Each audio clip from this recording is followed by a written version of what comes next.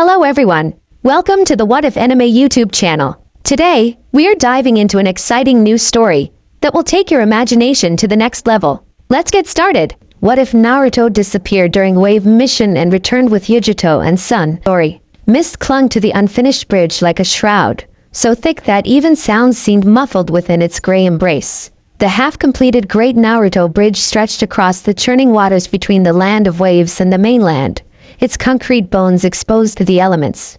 Its namesake, though it didn't bear that title yet, stood trapped within a prison of ice, his breath coming in ragged clouds that dissipated into the surrounding chill. Sasuke! Naruto Uzumaki screamed, his voice cracking as he watched his teammate collapse. Dozens of Saban needles protruded from Sasuke's body, transforming the proud Uchiha into something resembling a human pincushion. Blood splattered across the concrete in crimson constellations. Haku's masked face reflected in each of the surrounding ice mirrors, multiplied into an army of identical threats. "He jumped in front of my attack to save you," he said, his voice soft and almost regretful. He was a true shinobi, worthy of respect. Naruto crawled forward, his orange jumpsuit scuffed and torn, to where Sasuke lay motionless. His teammates, normally pale skin, had taken on an ashen hue, dark eyes half-lidded and unfocused. Those same eyes that had, moments before, flashed red with the awakened Sharingan for the first time. "Why?" Naruto's voice was barely a whisper as he gathered Sasuke's limp form into his arms. "Why would you sacrifice yourself for me? You said you wouldn't die until you killed him, your brother." Sasuke's lips twitched, blood trickling from the corner of his mouth. "My body just moved on its own, idiot." Each word seemed to cost him tremendous effort. "I hated you. Then why?" Naruto demanded, tears beginning to stream down his whiskered cheeks. "Why save me? I don't know." Sasuke's eyes began to close. "Just don't die too." Something inside Naruto snapped. It began as a tremor in his hands, then spread throughout his entire body until he was physically shaking. The air around him grew impossibly hot despite the frigid mist. Inside his mind, beyond conscious thought, massive gates groaned as a malevolent red chakra began to seep through the bars. "Was this the first time you've seen a friend die in battle?" Haku asked, readying more Saban between his fingers. "This is the way of the shinobi. Shut up." The words emerged as a growl, deeper than Naruto's normal voice. Red chakra began to swirl around him, visible even through the mist. The Saban needles embedded in his own flesh pushed outward, expelled by rapidly healing wounds. Haku tensed inside his mirror. "What is this chakra?" Inside the mirror's icy prison, Naruto laid Sasuke's body down with unexpected gentleness. Then he stood, head bowed, hands clenched into white-knuckled fists. When he looked up, his normally bright blue eyes had transformed into slitted crimson orbs filled with primal rage. The whisker marks on his cheeks had darkened and widened, his canine teeth elongated into fangs, and his fingernails sharpened into claws. "I'm going to kill you!" The roar that tore from Naruto's throat was barely human.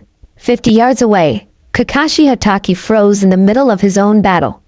The distinctive, malevolent chakra that suddenly flooded the bridge sent a chill down his spine far colder than the surrounding mist. "This chakra," he whispered, his visible eye widening.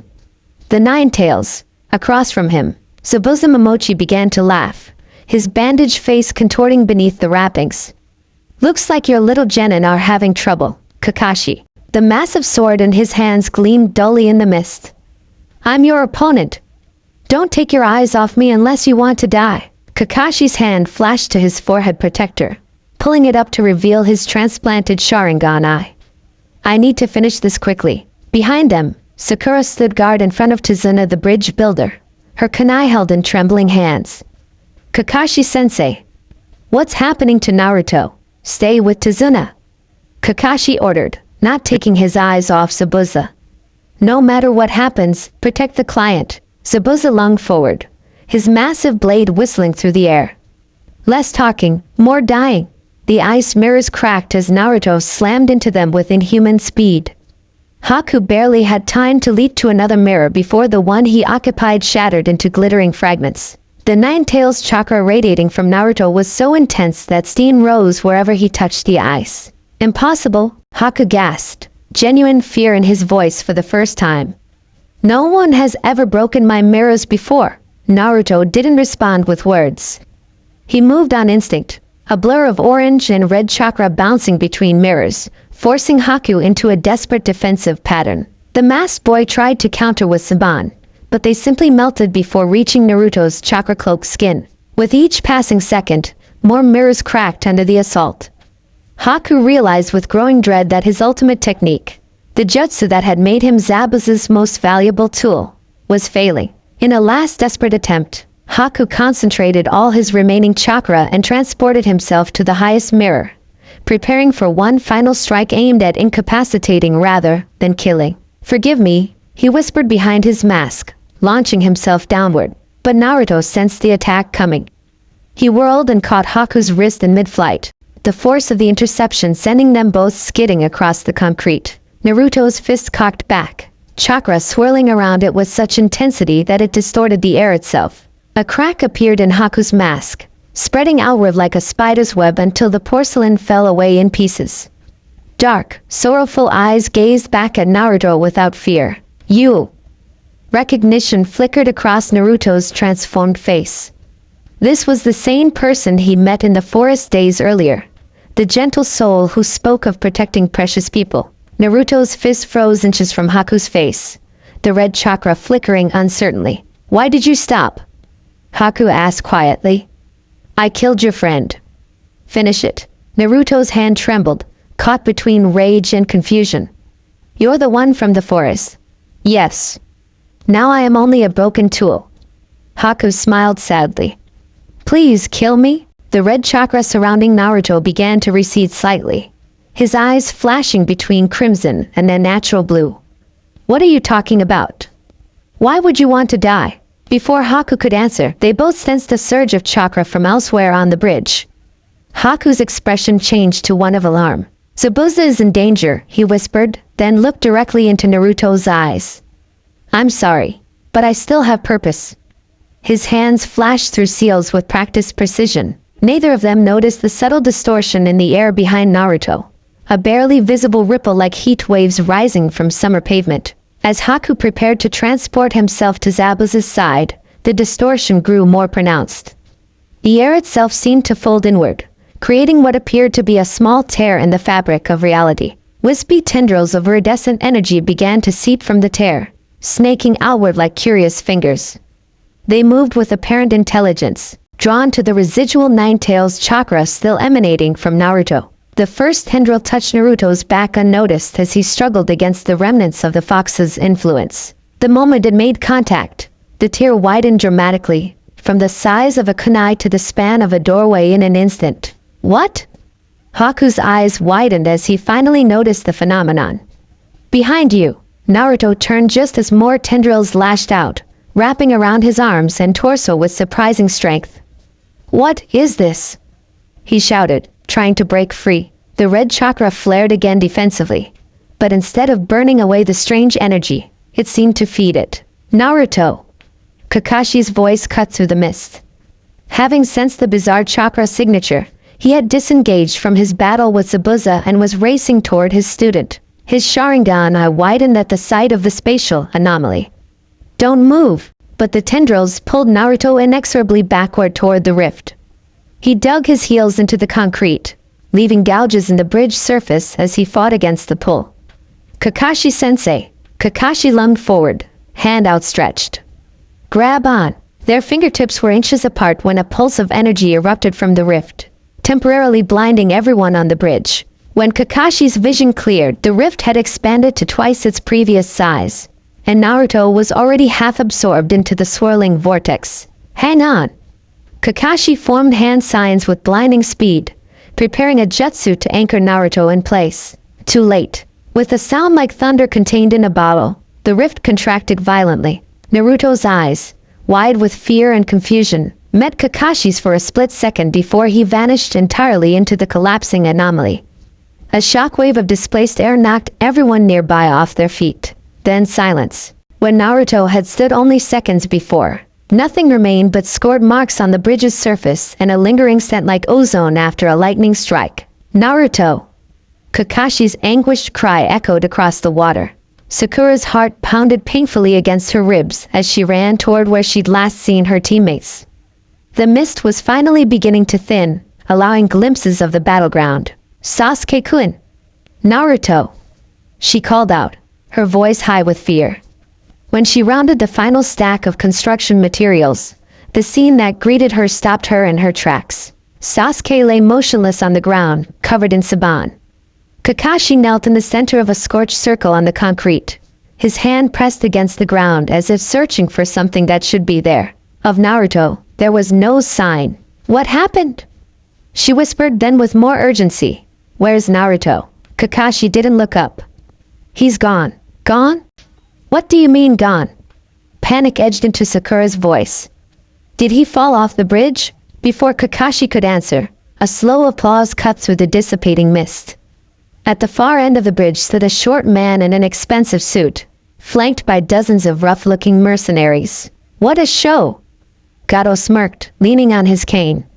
The famous copy ninja and the demon of the mist, both looking like they've seen better days. "And what's this? One of the brats is already dead, and another seems to have run away." Zabuza, wounded from his battle with Kakashi, straightened painfully. "Gato, what are you doing here with all these men?" "This wasn't our arrangement." The shipping magnate's smirk widened. "Plans change. You're too expensive, Zabuza, and you've failed twice now. These men cost half what you do, and there are plenty more where they came from, so I'm fired." It wasn't a question. Despite his injuries, killing intent began to radiate from Zabuza. "Let's call it permanently laid off." Gato gestured to his men. "Kill them all, but leave the bridge builder for last. I want him to watch his precious project become a graveyard." In that moment, something unexpected happened. Haku, who had been hovering near Zabuza, caught his master's eye. Some unspoken communication passed between them, and Zabuza gave a nearly imperceptible nod. "Kakashi," Zabuza called out, not taking his eyes off Gato. "It seems our battle is postponed. I no longer have a reason to kill the bridge builder." Kakashi slid slowly, his mismatched eyes calculating. Convenient timing, perhaps. Zabuza hefted his massive sword despite his injuries. "But I do have a reason to kill Gato." The short man's smug expression faltered. What? "Don't be stupid. There are 50 men here, Haku." Zabuza's voice was low, dangerous. "Are you still a useful tool?" The boy bowed slightly. "Always, Zabuza-san." "Then let's go to work." What followed was a slaughter. Despite their injuries, Zabuza and Haku tore through the mercenaries like a hurricane through paper. Zabuza's massive blade cleaved through 3 men at once, while Haku's saban found throats and vital points with unerring accuracy. Kakashi, after ensuring Sakura was guarding both Tazuna and the unconscious Sasuke, joined the fray. Though these 3 shinobi were exhausted from their previous battles, the gap in skill was simply too vast. Mercenaries fell by the dozen, some fleeing in terror only to be cut down from behind. Gato, realizing his mistake too late, backed away until he reached the edge of the unfinished bridge. "Wait," he pleaded as Zabuza approached, the executioner's blade dripping red. "I can pay you double, triple what we agreed." "You know," Zabuza said conversationally, raising his sword. "In the shinobi world, those who break contracts tend to have very short lifespans." The blade flashed once in the strengthening sunlight. Gato's head and body hit the bridge separately, both tumbling over the edge into the churning waters below. Silence fell once more across the bridge. The remaining mercenaries, seeing their employer dead, threw down their weapons and fled. Zabuza turned back toward Haku, then staggered. His numerous wounds from battling Kakashi finally took their toll, and he collapsed to his knees. "Zabuza-san!" Haku rushed to his side. "I'm done, Haku," Zabuza said quietly, blood soaking through his bandages. "My arms are useless." Indeed, both limbs hung limply at his sides, damaged beyond immediate repair by Kakashi's attacks. "I can heal you," Haku insisted, tears forming in his eyes. "No. This is..." Zabuza looked at the sky, where the mist had cleared completely to reveal a brilliant blue expanse. "This is fitting." From across the bridge, Kakashi watched the exchange with a solemn expression. Enemy or not, He recognized the bond between the two missing Nin. It reminded him painfully of his own team, now missing a vital piece.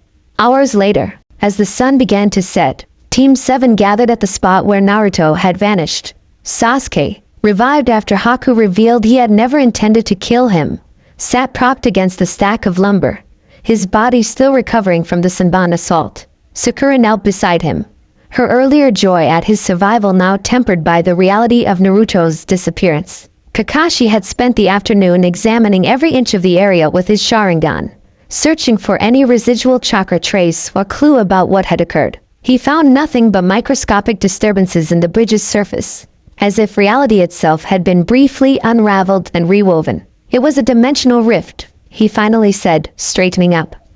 I've only read about such phenomena in the most theoretical forbidden scrolls. They're not supposed to be possible. But what does that mean? Sakura asked, her voice small. Where is Naruto now? Kakashi's visible eye curved downward in a frown. I don't know. Another dimension, perhaps. Another world. Or he stopped himself. Or he could be dead, Sasuke finished flatly. His dark eyes stared at the spot where Naruto had last stood. That loser better not be dead after I saved him. Sakura bit her lip to keep from crying. Despite all her complaints about Naruto being annoying, the thought of never seeing his goofy grin again left an unexpected hollow feeling in her chest. We need to report this to the Hokage immediately, Kakashi said. If there's any chance of finding Naruto, it will require resources beyond what we have here. What about them? Sakura gestured to where Zabuza and Haku sat at the edge of the bridge, watching the sunset. Against all medical probability, Zabuza had survived his injuries, though he remained severely weakened. They're no longer our enemies, Kakashi said. And I suspect they'll be gone by morning.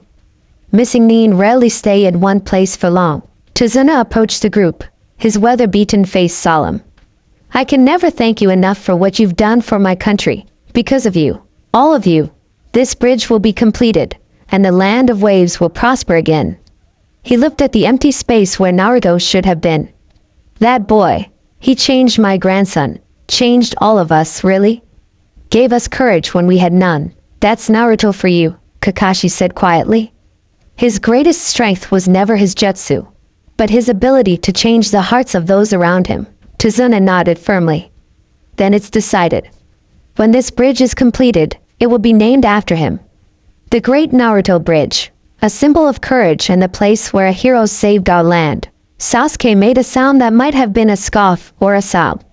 He'd love that. His name in giant letters for everyone to see. For a moment, they could all almost hear Naruto's voice. See that, everyone? I'm gonna be Hokage someday, believe it. But the voice was just memory. The real Naruto was gone, pulled into a swirling vortex to an unknown fate. 1 week later, Team 7 passed through the massive gates of Konohagakure. Their return should have been triumphant. The mission, originally C rank but escalated to A rank, had been successfully completed. The land of waves was free, the bridge was finished, and a valuable trade route had been secured for the Leaf Village. Instead, they moved in somber silence, each step heavier than the last as they approached the Hokage Tower.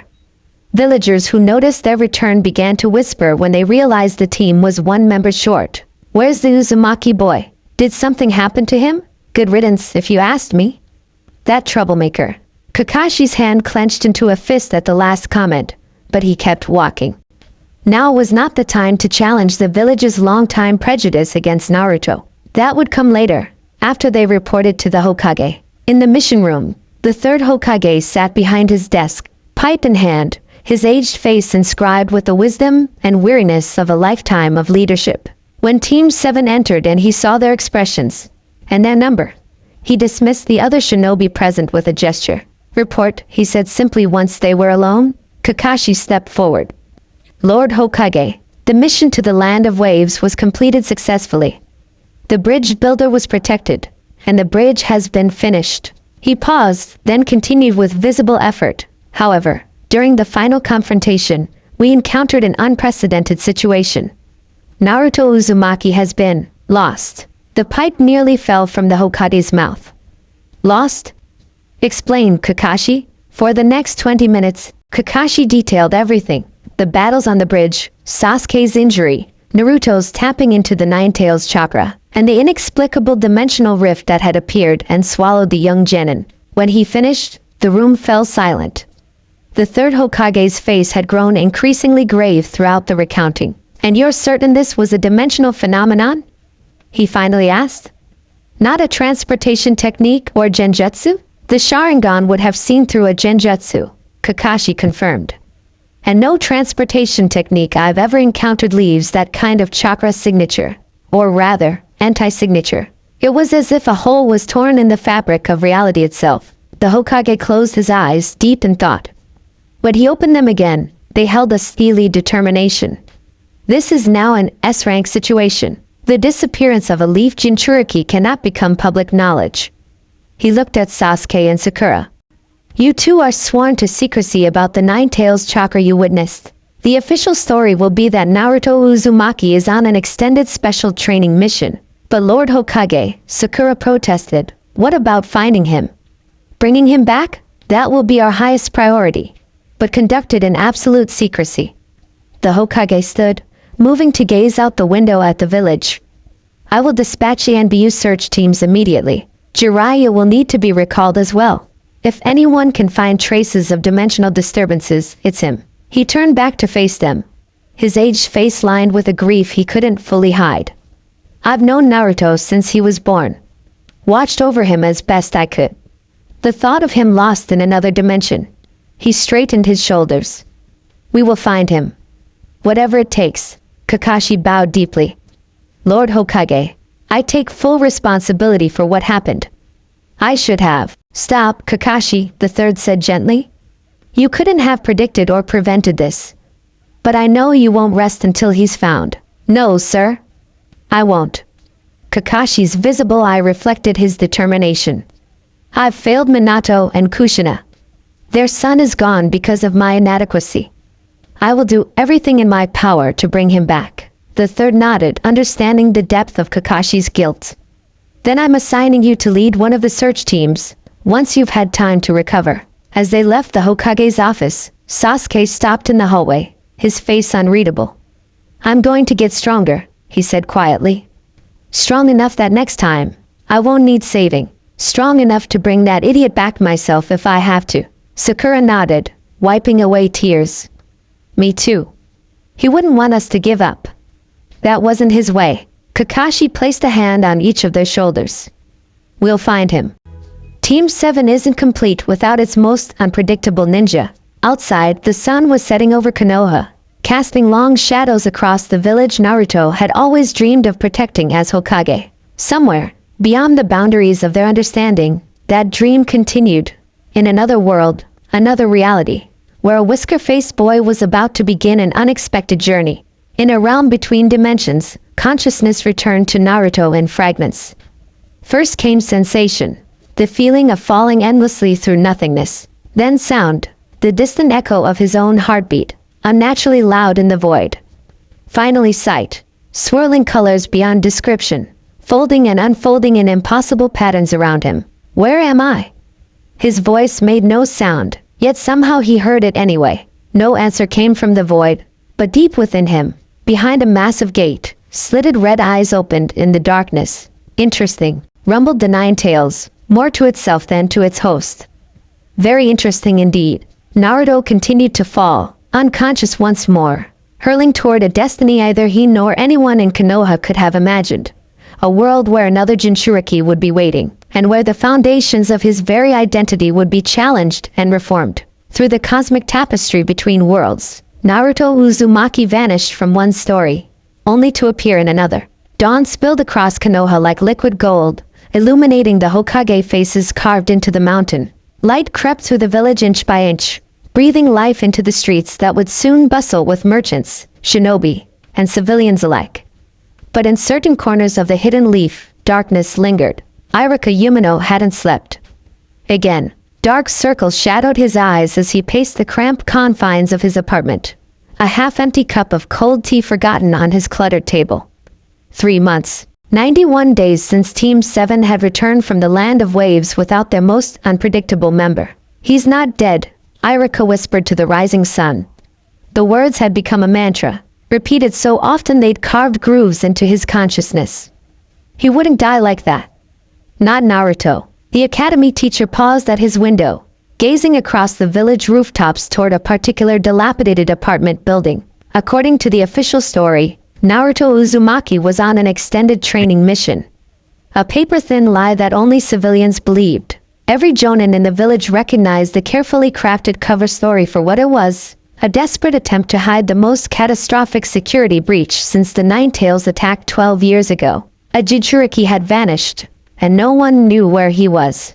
Iruka's hand drifted to a small shrine in the corner of his living room. Not a traditional shrine for the dead.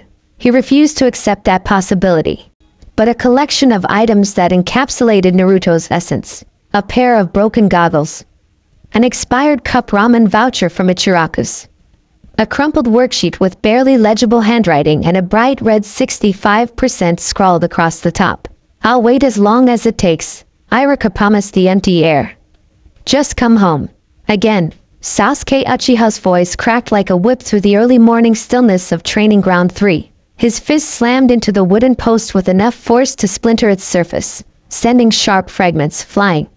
Blood smeared the wrappings around his knuckles, but the pain barely registered. Each punch, each kick was fueled by a singular thought that had consumed him since returning from the land of waves.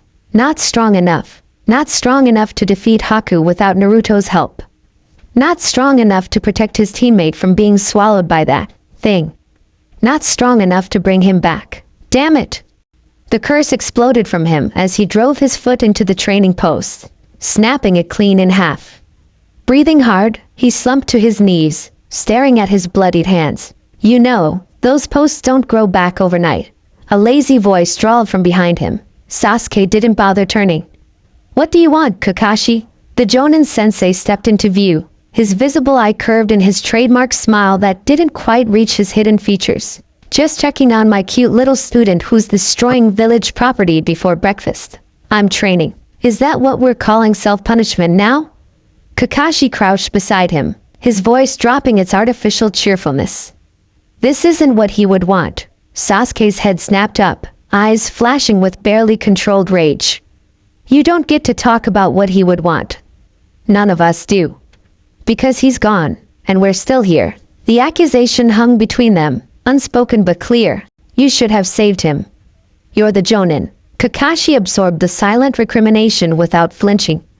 "The Hokage has assembled another search team. They leave at noon." He paused, then added quietly, "This one's headed to the land of lightning. There are rumors of unusual chakra disturbances in the mountains." Hope and skepticism battled across Sasuke's face. "That's the 6th lead in 3 months. Yes, and they'll find nothing. Again, probably." Sasuke stood, dusting off his white shorts. "Then what's the point?" Kakashi rose as well, his single eye suddenly hard. "The point, Sasuke, is that we keep looking. Because that's what teammates do." He stuffed his hands in his pockets, the picture of casual indifference betrayed only by the tension in his shoulders. "Team meeting at 10. Don't be late." As Kakashi walked away, Sasuke's whispered response floated on the morning breeze. "We're not much of a team anymore." The corridors of the Hokage Tower buzzed with barely contained tension. Chunin rushed back and forth carrying scrolls and classified reports, their faces pinched with the strain of maintaining normalcy while their world teetered on a knife's edge. Behind closed doors, the village elders had been in continuous session for nearly 6 hours. "This isn't a mere missing means situation, Hiruzen." Counselor Koharu's voice carried through the aged wood of the Hokage's office door. "We've lost a military asset of incalculable value." Inside, the third Hokage sat behind his desk, weathering the storm of his advisor's panic with the stoicism of a man who had survived 3 ninja wars. Smoke curled from his pipe, creating ephemeral patterns in the air between himself and the village elders. "Naruto Uzumaki," he said deliberately, emphasizing each syllable, "is not an asset. He is a shinobi of the Leaf Village and a child under my protection." Danzo Shimura, bandaged and leaning on his cane, scoffed audibly. "Sentiment clouds your judgment, as always.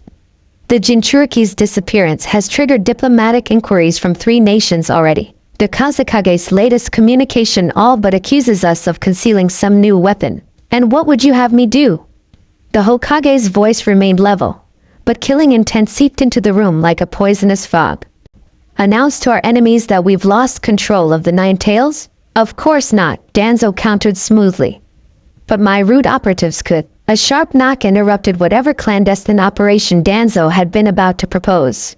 Without waiting for permission, the door swung open to reveal a tall, broad-shouldered man with long white hair and red facial markings. Jiraiya. The third's expression softened marginally. Your timing is impeccable, as always. The legendary Sannin strode into the room, his customary jovial demeanor nowhere in sight. 3 months, he growled, ignoring the elders entirely to address his former teacher directly. 3 months since my godson vanished, and I'm only hearing about it now. Danzo's visible eye narrowed. This is a closed council meeting, and I'm the village's spy master, Jiraiya shot back, looming over the bandaged elder with undisguised contempt. So consider me whatever rank lets me tell you to shut up while the adults talk. Before Danzo could respond, the Hokage raised his hand. That's enough. Counselors, we'll continue this discussion tomorrow. For now, I need to brief Jiraiya on our search efforts. The elders departed with varying degrees of displeasure, Danzo's lingering gaze promising future confrontation. When the door closed behind them, Jiraiya's formidable presence seemed to collapse in on itself. He slumped into a chair, suddenly looking every one of his 50-plus years. Tell me everything, he demanded, voice hoarse with emotion. And don't leave anything out. The Hokage nodded, refilling his pipe with practiced movements. It began on the Great Naruto Bridge, of all places. Sakura Haruno stood before an apartment door so weathered and graffiti-covered that its original color had long since surrendered to the elements. A thin layer of dust coated the handle, evidence that no one had entered in months. With a deep breath, she inserted the key the Hokage had given her. The lock clicked. The door swung inward. The smell hit her first. Mustiness mingled with the lingering ghost of instant ramen. Then came the visual assault. Clothes strewn across furniture, scrolls half unrolled on the floor, empty milk cartons with expiration dates from before the wave mission. A snapshot of life interrupted mid-sentence. Oh, Naruto, she whispered, stepping carefully into the apartment. You really were a slob. Sakura had volunteered to collect some of Naruto's personal items for safekeeping. At least, that's what she told the Hokage. The truth, which she barely admitted to herself, was simpler and more painful. She needed to understand her teammate better, now that he might be gone forever. She moved through the tiny space like an archaeologist, piecing together the life of a boy she'd claimed to hate for years. A stack of cup ramen in the kitchen cabinet, a collection of pressed flowers on the windowsill, a hobby she never would have associated with boisterous Naruto. A small plant, somehow still alive despite months of neglect, stretching desperately toward the sunlight. On his bedside table, she found a teen photo, taken just after they'd become genin.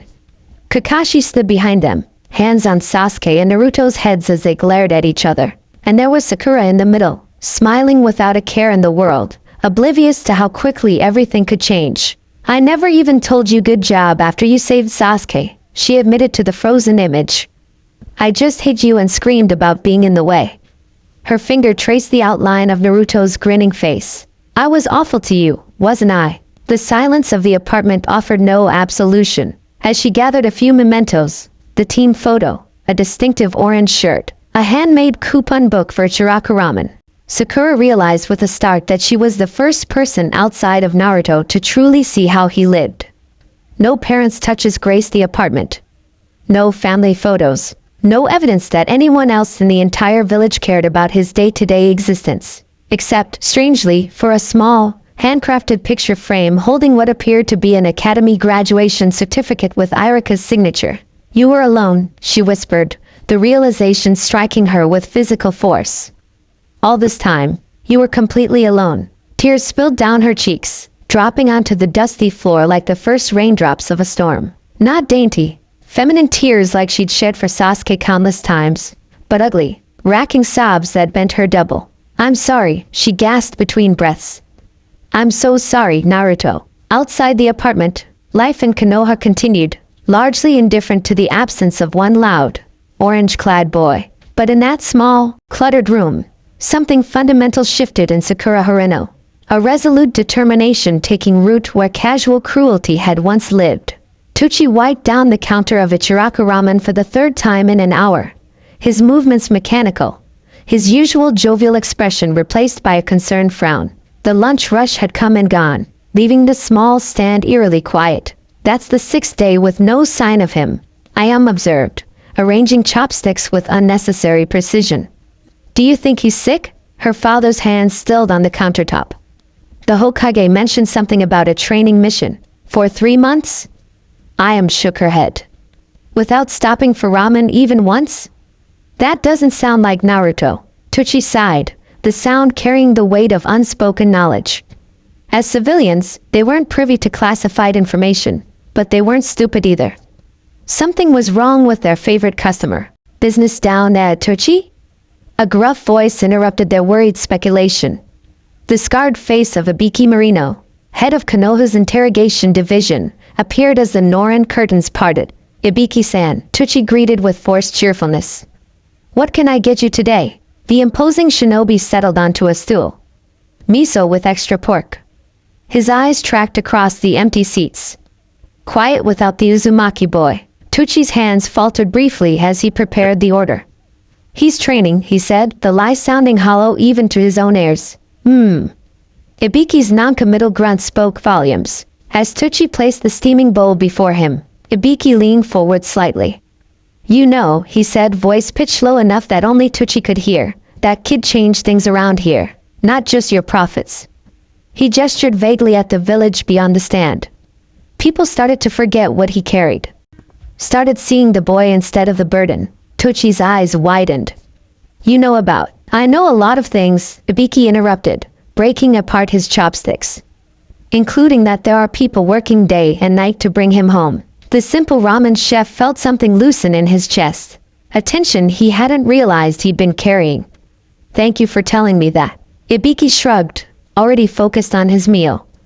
I didn't tell you anything. Just making conversation. But as the intimidating shinobi ate in silence, Tucci noticed something he never thought to see on Ibiki Marino's scarred face. A flicker of what might have been concern. The memorial stone gleamed in the afternoon sun, countless names etched into its polished surface. A record of sacrifice spanning generations. Kakashi Hatake stood before it, his mismatched eyes fixed on invisible ghosts. I've failed again, Minato-sensei, he said softly to the stone. Your son is gone, and I couldn't stop it. Couldn't save him. His fingers traced a particular name. Just like I couldn't save Obito. Or Rin. Wind rustled through the surrounding trees, nature's inadequate response to human grief. Kakashi had spent hours here over the years, confessing his failures to the dead. But this time felt different, heavier, as if the weight of this latest loss might finally break him. He has your spirit, you know, Kakashi continued, speaking to his long-dead teacher. That same stubborn determination. The same ridiculous optimism. A hollow laugh escaped him. Also your wife's temper and volume level. The memorial stone absorbed his words in silence. I should have recognized the signs earlier. Dimensional rifts don't just appear randomly. His fist clenched. Someone or something caused it, and I missed the warning signs completely. Beating yourself up won't bring him back. A voice interrupted from behind. Kakashi didn't turn. I'm not in the mood, Jiraiya-sama. The Sannin moved to stand beside him, unusually solemn. 12 years, he said, gazing at the stone. That's how long I've been failing that kid, running around the continent, telling myself I was serving the village best by maintaining my spy network. He scoffed. Truth is, I was a coward. Couldn't bear to look at him and see Minato staring back at me. And now he might be gone for good, Kakashi finished. Maybe. Maybe not. Jiraiya crossed his arms. I've been researching dimensional jutsu since Sarutobi-sensei briefed me this morning. There are precedents, obscure, dangerous precedents, but they exist. Hope flickered in Kakashi's visible eye. You think we can track the rift? It's not that simple. Dimensional breaches aren't like footprints. They don't leave clear trails. Jiraiya rubbed his chin thoughtfully. But they do create disturbances, ripples in the fabric of reality that sensitive sensors might detect. The Hyuga clan? Already spoken with Hayashi. He's assigned his best Byakugan users to examine the area around the bridge. Jiraiya's expression darkened. But we're not the only ones who felt the disturbance. My sources report movement from a certain organization. Black cloaks, red clouds. Kakashi tensed. Akatsuki? They're after the tailed beasts, and they'll want to know where one of their targets vanished to. Jiraiya's massive hand landed on Kakashi's shoulder. Which means we're in a race now. Find Naruto before they do. Kakashi nodded, straightening his spine with renewed purpose. I have a team meeting to get to. We're being assigned a temporary replacement for the upcoming Chunin exams. Jiraiya raised an eyebrow. Replacing Naruto already? The Hokage's orders. Distaste colored Kakashi's voice. Apparently Team 7 needs to appear functional for political reasons. Who's the replacement? Kakashi's eye curved in a humorless smile. You'll never believe it. Sasuke arrived at the designated meeting spot 10 minutes early, leaning against the bridge railing with practiced nonchalance. His hands still throbbed from the morning's training, but physical pain was a welcome distraction from the thoughts that plagued him. I should have been stronger. Should have spotted the danger. Should have. Good morning, Sasuke-kun. Sakura's voice cut through his spiral of self-recrimination. He glanced up, a dismissive greeting dying on his lips as he took in her appearance. Her pink hair was pulled back in a practical ponytail, her usual red dress replaced by training clothes. Dark smudges beneath her eyes suggested she hadn't slept well. "HN," he grunted, the familiar sound acknowledging her presence without inviting conversation. Remarkably, she didn't press for more, simply taking a position at the railing beside him. The silence between them felt strangely comfortable, united by shared loss rather than divided by unrequited affection. After several minutes, Sakura spoke again, her voice subdued. I went to his apartment yesterday. Sasuke stiffened but said nothing. It was not what I expected. She twisted a strand of hair around her finger. Did you know he kept plants? And pressed flowers? No, neither did I. The simple admission carried years of regret. There was so much I never bothered to learn about him. Before Sasuke could respond, not that he knew what to say, a puff of smoke announced Kakashi's arrival. Remarkably, their habitually tardy sensei was only 20 minutes late. Yo, Kakashi greeted, his visible eye surveying his two remaining students. Thanks for waiting. You're almost on time, Sakura observed suspiciously. Is the world ending? Just exceptionally motivating circumstances. Kakashi's attempt at lightness fell flat. As you know, the Chunin exams begin next week. Normally, we need a 3-person team to participate. Sasuke's eyes narrowed. Normally, the Hokage has authorized a special accommodation. Kakashi gestured behind him. Team 7 will compete with a temporary 3rd member. From the shadows of a nearby tree, a pale-skinned boy about their age emerged. Black hair framed an unnervingly empty smile, while his midriff-bearing outfit revealed a tanto strapped to his back. He bowed with mechanical precision. Hello, he said, voice as colorless as his skin. You may call me Sai.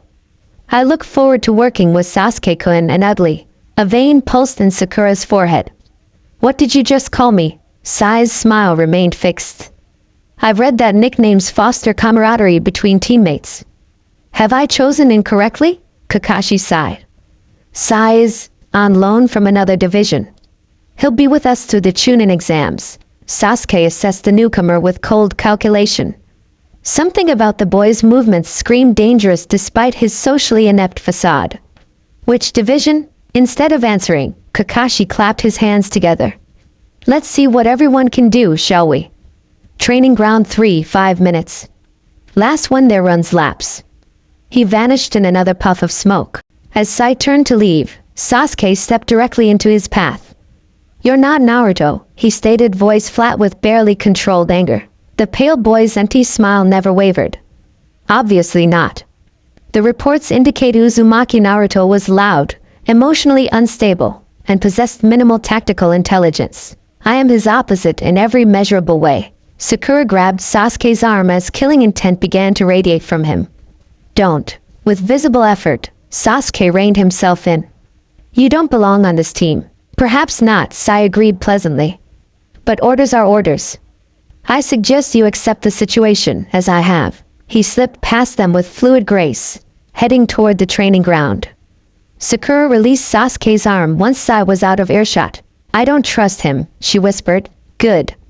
Sasuke's eyes tracked the pale boy's retreating form. "Neither do I." Deep beneath Konoha, in the shadowy chambers where Root operated beyond the Hokage's direct oversight, Danzo Shimura sat reviewing reports by lamplight. His bandaged face betrayed no emotion as he absorbed the latest intelligence on the Jinchuriki's disappearance. "Nothing from the Land of Water expeditions?" he asked the kneeling agent before him. "No, Danzo-sama." The dimensional disturbance left no traceable chakra signature beyond the bridge itself. Danzo drummed his fingers on the arm of his chair. "And the Akatsuki movements?" As predicted. 3 confirmed sightings near Fire Country borders. "They're searching." "Of course they are." Danzo rose, moving to a map pinned to the wall. Red pins marked locations where search teams had already investigated. Black pins represented rumored sightings or unusual chakra phenomena. "Dispatch foot to the northern border. If Akatsuki agents cross into Fire Country, I want to know immediately." "Yes, Danzo-sama." The agent hesitated. "There is one other matter. Our operative on Team 7 reports unusual interest from the Uchiha boy regarding the replacement." A thin smile cut across Danzo's partially hidden face. "Sasuke Uchiha's suspicions are irrelevant. Sai will perform his assigned function regardless." He turned back to the agent. "What of our sensors reports?" "Inconclusive. However, there was an energy spike 3 days ago in the Land of Lightning that matched partial characteristics of the wave incident." Danzo's visible eye sharpened. "Details: a lightning storm near Kumobikure. Multiple witnesses reported seeing the clouds form a spiral pattern before disappearing entirely. One civilian described it as the sky being torn open and sewn shut again." "Interesting." Danzo returned to his desk, retrieving a blank scroll. "Prepare a 4-person squad. Full stealth protocols. I want eyes on Kumobikure immediately. The Hokage has already dispatched an official search team too." "The Hokage," Danzo interrupted coldly, "still believes he can recover the Jinchuriki through diplomatic channels and conventional search methods. I harbor no such illusions." He began writing precise instructions on the scroll. "If Uzumaki has somehow crossed dimensions into Lightning Country, we must secure him before either Kumo or Akatsuki realizes what they have." The agent bowed and withdrew, leaving Danzo alone with his machinations. In the flickering lamplight, his shadow stretched across the wall like a grasping hand, desperate to seize control of a situation rapidly spiraling beyond anyone's grasp. Twilight draped Konoha in shades of purple and gold as Jiraiya crouched on the Hokage monument, surveying the village below. In his lap lay an ancient scroll, its edges crumbling despite preservation jutsu. Forbidden knowledge from the Uzumaki clan archives. What little had survived the destruction of Uzushiobikure decades ago. "Find anything useful?" The third Hokage's voice came from behind him, accompanied by the familiar scent of pipe tobacco. Jiraiya didn't turn. "Maybe." The Uzumaki were centuries ahead of everyone else in sealing techniques. Some of their theoretical work touched on dimensional boundaries. He tapped a complex formula on the scroll. "According to this, reality isn't a single sheet but layers upon layers of possible worlds, separated by membranes thinner than paper." The Hokage settled beside his former student, age having done nothing to diminish his nimble movements. "And you believe Naruto punctured such a membrane?" "Not Naruto himself. The Nine Tails chakra." Jiraiya traced the spiraling patterns inked on the scroll.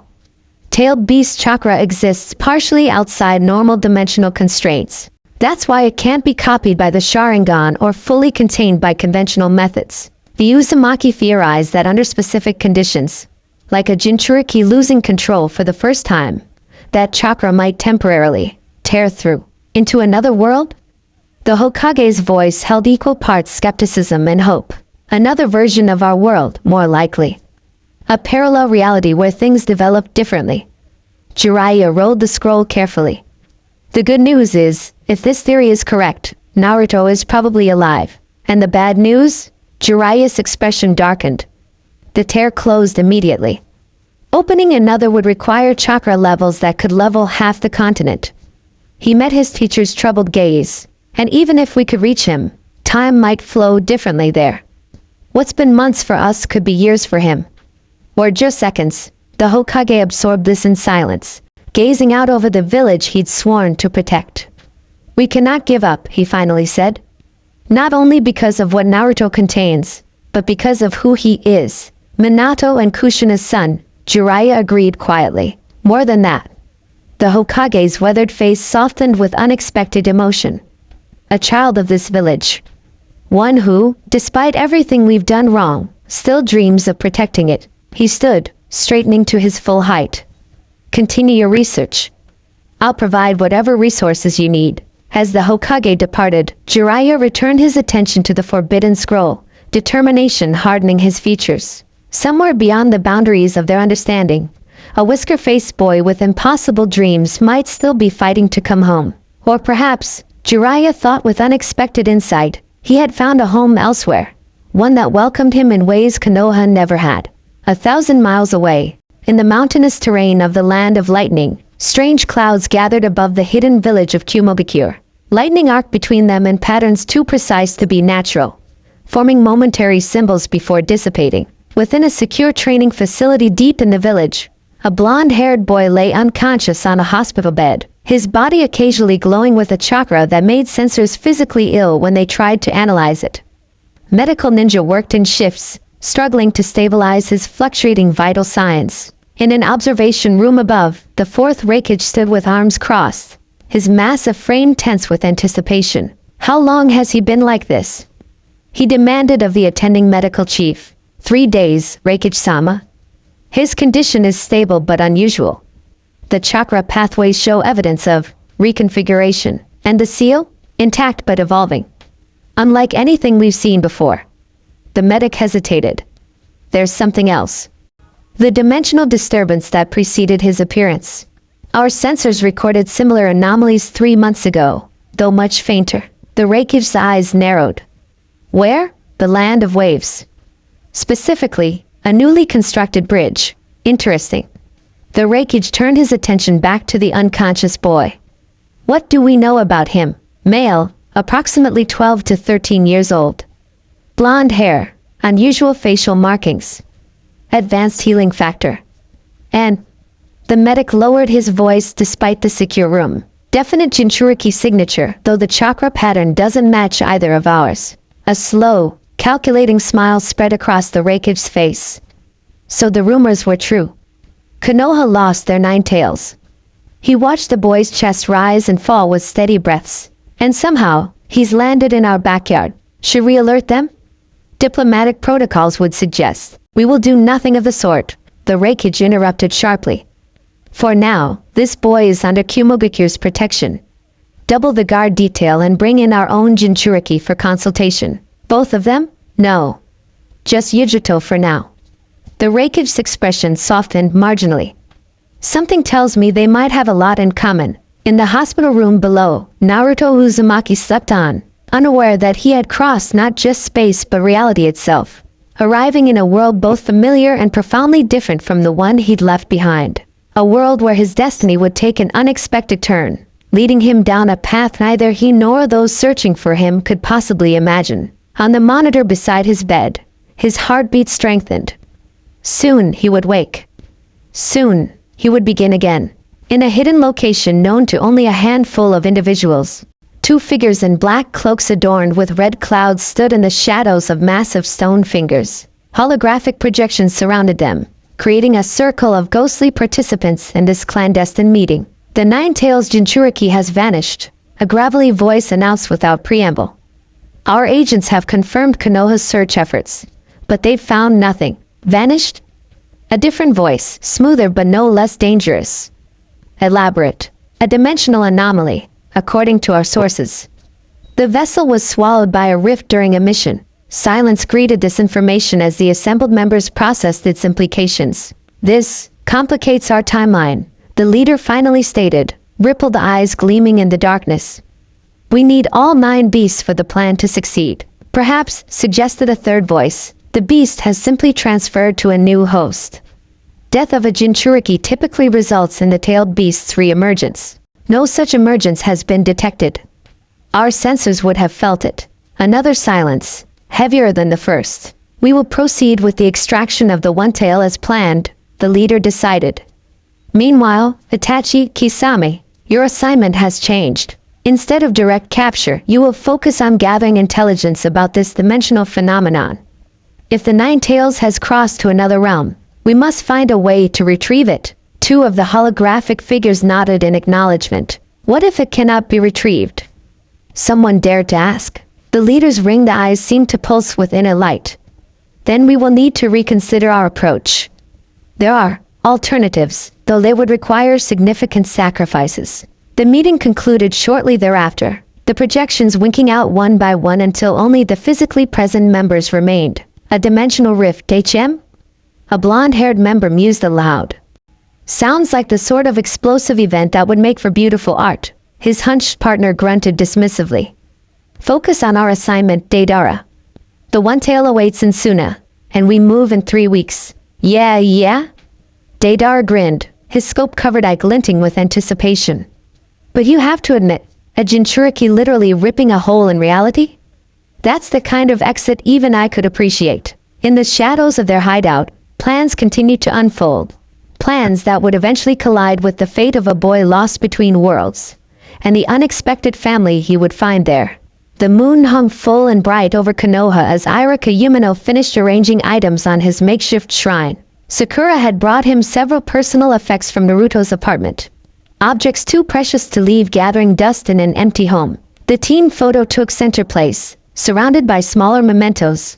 A frog-shaped wallet, emptied of its meager savings. A container of instant ramen with a note reading Naruto's favorite in Tuchi's handwriting. A pressed flower that had somehow survived in the boy's chaotic apartment.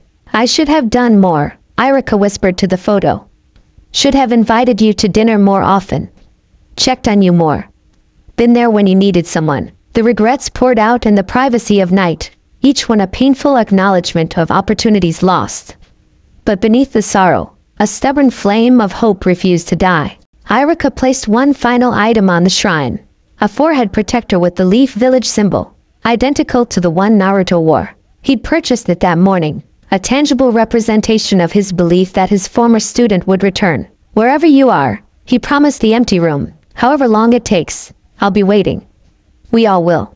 Outside, clouds drifted across the face of the moon, momentarily dimming its light. But soon they passed, and brightness returned to Konoha, a village forever changed by the absence of its most unpredictable ninja. In the shadows between dimensions, unseen by any mortal eye, threads of fate began to reweave themselves. A new pattern emerged, one that would eventually lead a lost son home. But not before he found a different kind of family in the most unexpected of places. The stage was set. The pieces positioned. All that remained was for Naruto Uzumaki to open his eyes in a new world and begin the journey that would ultimately lead him back. Changed, grown, and accompanied by those he would come to love more than life itself. The gates of Konoha loomed before them, massive wooden sentinels standing guard over the village hidden in leaves. Team 7 stood in their shadow, the morning sun casting long fingers of light across their faces. Sakura adjusted her headband, brushing a strand of pink hair from her eyes. Beside her, Sasuke radiated cold focus, his hands tucked casually into pockets that couldn't quite hide their occasional tremor. And then there was Sai, their pale replacement teammate, whose smile never reached his eyes. The Chunin exams, Kakashi said, his voice deliberately light despite the weight behind it. Remember your training. Trust each other. His single visible eye lingered on the space between Sasuke and Sakura, the Naruto-shaped void that no one acknowledged. We're ready, Sasuke declared, the words sharp enough to cut. Sakura nodded, squaring her shoulders. We won't let you down, Kakashi-sensei. Sai's smile widened a fraction. Our mission parameters are clear. Kakashi's hand landed briefly on Sasuke's shoulder, then Sakura's. It didn't touch Sai. Be careful in there. Not everyone plays by the rules. As they passed through the gates, joining the stream of genin from distant villages, Sasuke's gaze drifted skyward. Somewhere beyond that infinite blue, was Naruto watching? Could he see what they'd become without him?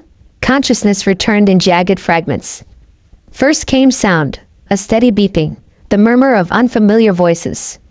Then sensation, cool sheets against skin, something pinching his left arm. Finally, light pierced his eyelids, blinding in its intensity. Naruto Uzumaki bolted upright with a gasp that tore through his throat like fire. "He's awake!" Someone shouted, their voice bouncing off walls that seemed too close, too white, too wrong. His vision swam, transforming the room into a kaleidoscope of movement and color. Figures in white coats rushed toward him. Machines wailed in protest as his heartbeat skyrocketed. Naruto lashed out instinctively, fingernails sharpening to claws as red chakra bubbled beneath his skin. "Sedate him," a voice commanded. "No!" Naruto roared, the sound barely human. "Where am I? Where's Kakashi-sensei? Sakura? Sasuke?" His hand caught someone's wrist, twisting with enough force to make them cry out. Another person approached from his blind spot, needle glinting in hand. Naruto snarled, ready to fight his way out if necessary. A surge of chakra, unlike anything he'd felt before, flooded the room. It pressed against him, heavy and oppressive, forcing him back against the bed through sheer pressure alone. "Enough." The words sliced through the chaos like a blade. Naruto's eyes snapped toward the doorway, where a figure stood silhouetted against the harsh hospital lights. A woman stepped into view, blonde hair pulled back in a precise ponytail, her face a mask of cold assessment. What caught Naruto's attention, however, was the faint blue aura surrounding her, chakra made visible without hand signs or effort. "You're in Kumobikure," she said, her voice level but firm. "And if you don't calm down, I'll put you down myself." Kumobikure. The hidden cloud village. Enemy territory. Naruto's eyes darted around the room, cataloging exits, threats, options. The medical equipment looked similar to Konoha's but more advanced. The shinobi wore different headbands, and outside the window, mountains stretched toward a sky filled with clouds that seemed close enough to touch. "How?" His voice cracked, throat raw from disuse. "How did I get here?" The woman's eyes narrowed slightly. "That's what we'd like to know." She gestured, and the medical staff backed away, leaving just the two of them in an uneasy standoff. "You fell from the sky 3 weeks ago during a lightning storm. Been unconscious ever since." 3 weeks? Naruto's stomach dropped. His hands flew to his face, his body, checking for changes. Everything felt the same, yet utterly different. "That's impossible. I was just on the bridge with Sasuke and Haku and then..." Memories crashed over him. The ice mirrors shattering, Sasuke's body riddled with saban, the nine tails chakra exploding outward, and that strange tear in reality pulling him away from everything he knew. The blonde woman watched this realization play across his face with clinical interest. "I'm Yugito, she finally said. "And you are?" "Naruto Uzumaki." The words emerged automatically. "Genin of the Hidden Leaf Village." Something flickered in Yugito's eyes. Recognition, followed swiftly by calculation. "Well, Naruto Uzumaki of the Leaf," she said, crossing her arms, "you've caused quite a stir. The Raikage wants to speak with you as soon as you're stable." "The Raikage?" Panic surged anew. Konoha and Kumo maintained an uneasy peace at best. Being a foreign ninja in their territory, especially one carrying the nine tails, could mean interrogation, imprisonment, or worse. Yugito must have read his thoughts because her lips curled into something almost resembling a smile. "Don't worry. If we wanted you dead, you wouldn't have woken up at all." Somehow, that wasn't as reassuring as she probably intended. The written portion of the Chunin exam had been surprisingly simple for Sakura, whose analytical mind sliced through the deliberately impossible questions with surgical precision. For Sasuke, the Sharingan had revealed the true purpose, gathering information without being caught. Even Sai had navigated it easily, though his methods remained mysterious. Now they stood at the edge of Training Ground 44, the Forest of Death, its massive trees stretching toward the sky like grasping fingers. 5 days to reach the center tower with both scrolls, the proctor, Enko Mitarashi, announced with sadistic glee. "What happens in there stays in there, including your bodies if you're not careful." Sakura shivered despite the warm afternoon. "Charming woman," focused Sasuke murmured, his eyes scanning competing teams. "We'll head east initially, then circle toward the center. Ambush tactics only." Sai nodded, his fake smile firmly in place. "I've prepared several ink creatures for reconnaissance." As teams dispersed to their assigned gates, Sakura felt it again, that absence beside them, Naruto would have been bouncing on his toes, declaring how they breezed through this test and show everyone what Team 7 was made of. Instead, they moved in tight, professional silence, three strangers united only by circumstance. The gates swung open. They plunged into shadow. The Reiki's office sat nestled in the highest reaches of Kumobikure, a testament to the village's vertical architecture. Unlike the Hokage's humble, circular room, this space radiated power. High ceilings, sparse furnishings, and windows that offered dizzying views of the village built into the mountain's face. Naruto stood at attention, still dressed in hospital clothes but finally free of monitoring equipment. 4A and BU guards positioned themselves at each corner of the room, their masks resembling stylized lightning bolts rather than animals. Hey, the fourth Reikage, made Naruto think of a mountain given human form, dark-skinned and rippling with muscles that threatened to burst through his white haori. He loomed over his desk like a storm cloud ready to unleash devastation. When he spoke, his voice rumbled with the promise of thunder. So you're what all the fuss is about. His scrutinizing gaze made Naruto feel transparent. Smaller than I expected, Naruto bristled despite his precarious position. I'm still growing. And I'm plenty strong already. One of the ANBU tensed at his outburst, but surprisingly, the Reikage's mouth quirked upward. Spirited. Good. He leaned forward, massive forearms creating dents in his wooden desk. Now, Uzumaki Naruto of Konoha, explain how you appeared in my village through a dimensional tear. I don't know, Naruto admitted, his bravado deflating. I was fighting this guy with ice jutsu on a bridge in the land of waves. My teammate got hurt, and I got really angry, and then, he trailed off, unsure how to describe the Nine-Tails influence without revealing his status as a Jinchuriki. And then the Nine-Tails chakra erupted. The Reikage finished for him, matter-of-factly. Naruto froze, eyes widening. How did you? We have sensory ninja who can detect tailed beast chakra from miles away. A's gaze hardened. Don't insult my intelligence by denying what you are. Swallowing hard, Naruto nodded. There was no point hiding it. Yeah. The fox's chakra came out, and then this weird tear appeared behind me. It pulled me in, and next thing I know, I'm waking up here. The Reikage exchanged glances with one of the ANBU, some silent communication passing between them. Interesting. Our researchers believe you may have crossed more than just distance. He stood, moving to the window. The world you left and the world you're in now, they may not be exactly the same. What? Naruto's head spun. Like, a different dimension or something? Something like that. The Reikage turned back, his expression unreadable. Tell me, what was the name of your Hokage? Old man Sarutobi, Naruto answered automatically. The third Hokage. Another significant look passed between the Reikage and his guards. I see. And who was the fourth? Minato Namikaze. Even saying the name sent a pang through Naruto's chest. The legendary hero who had sealed the Nine-Tails inside him, sacrificing himself in the process. Well, that much aligns, the Reikage muttered.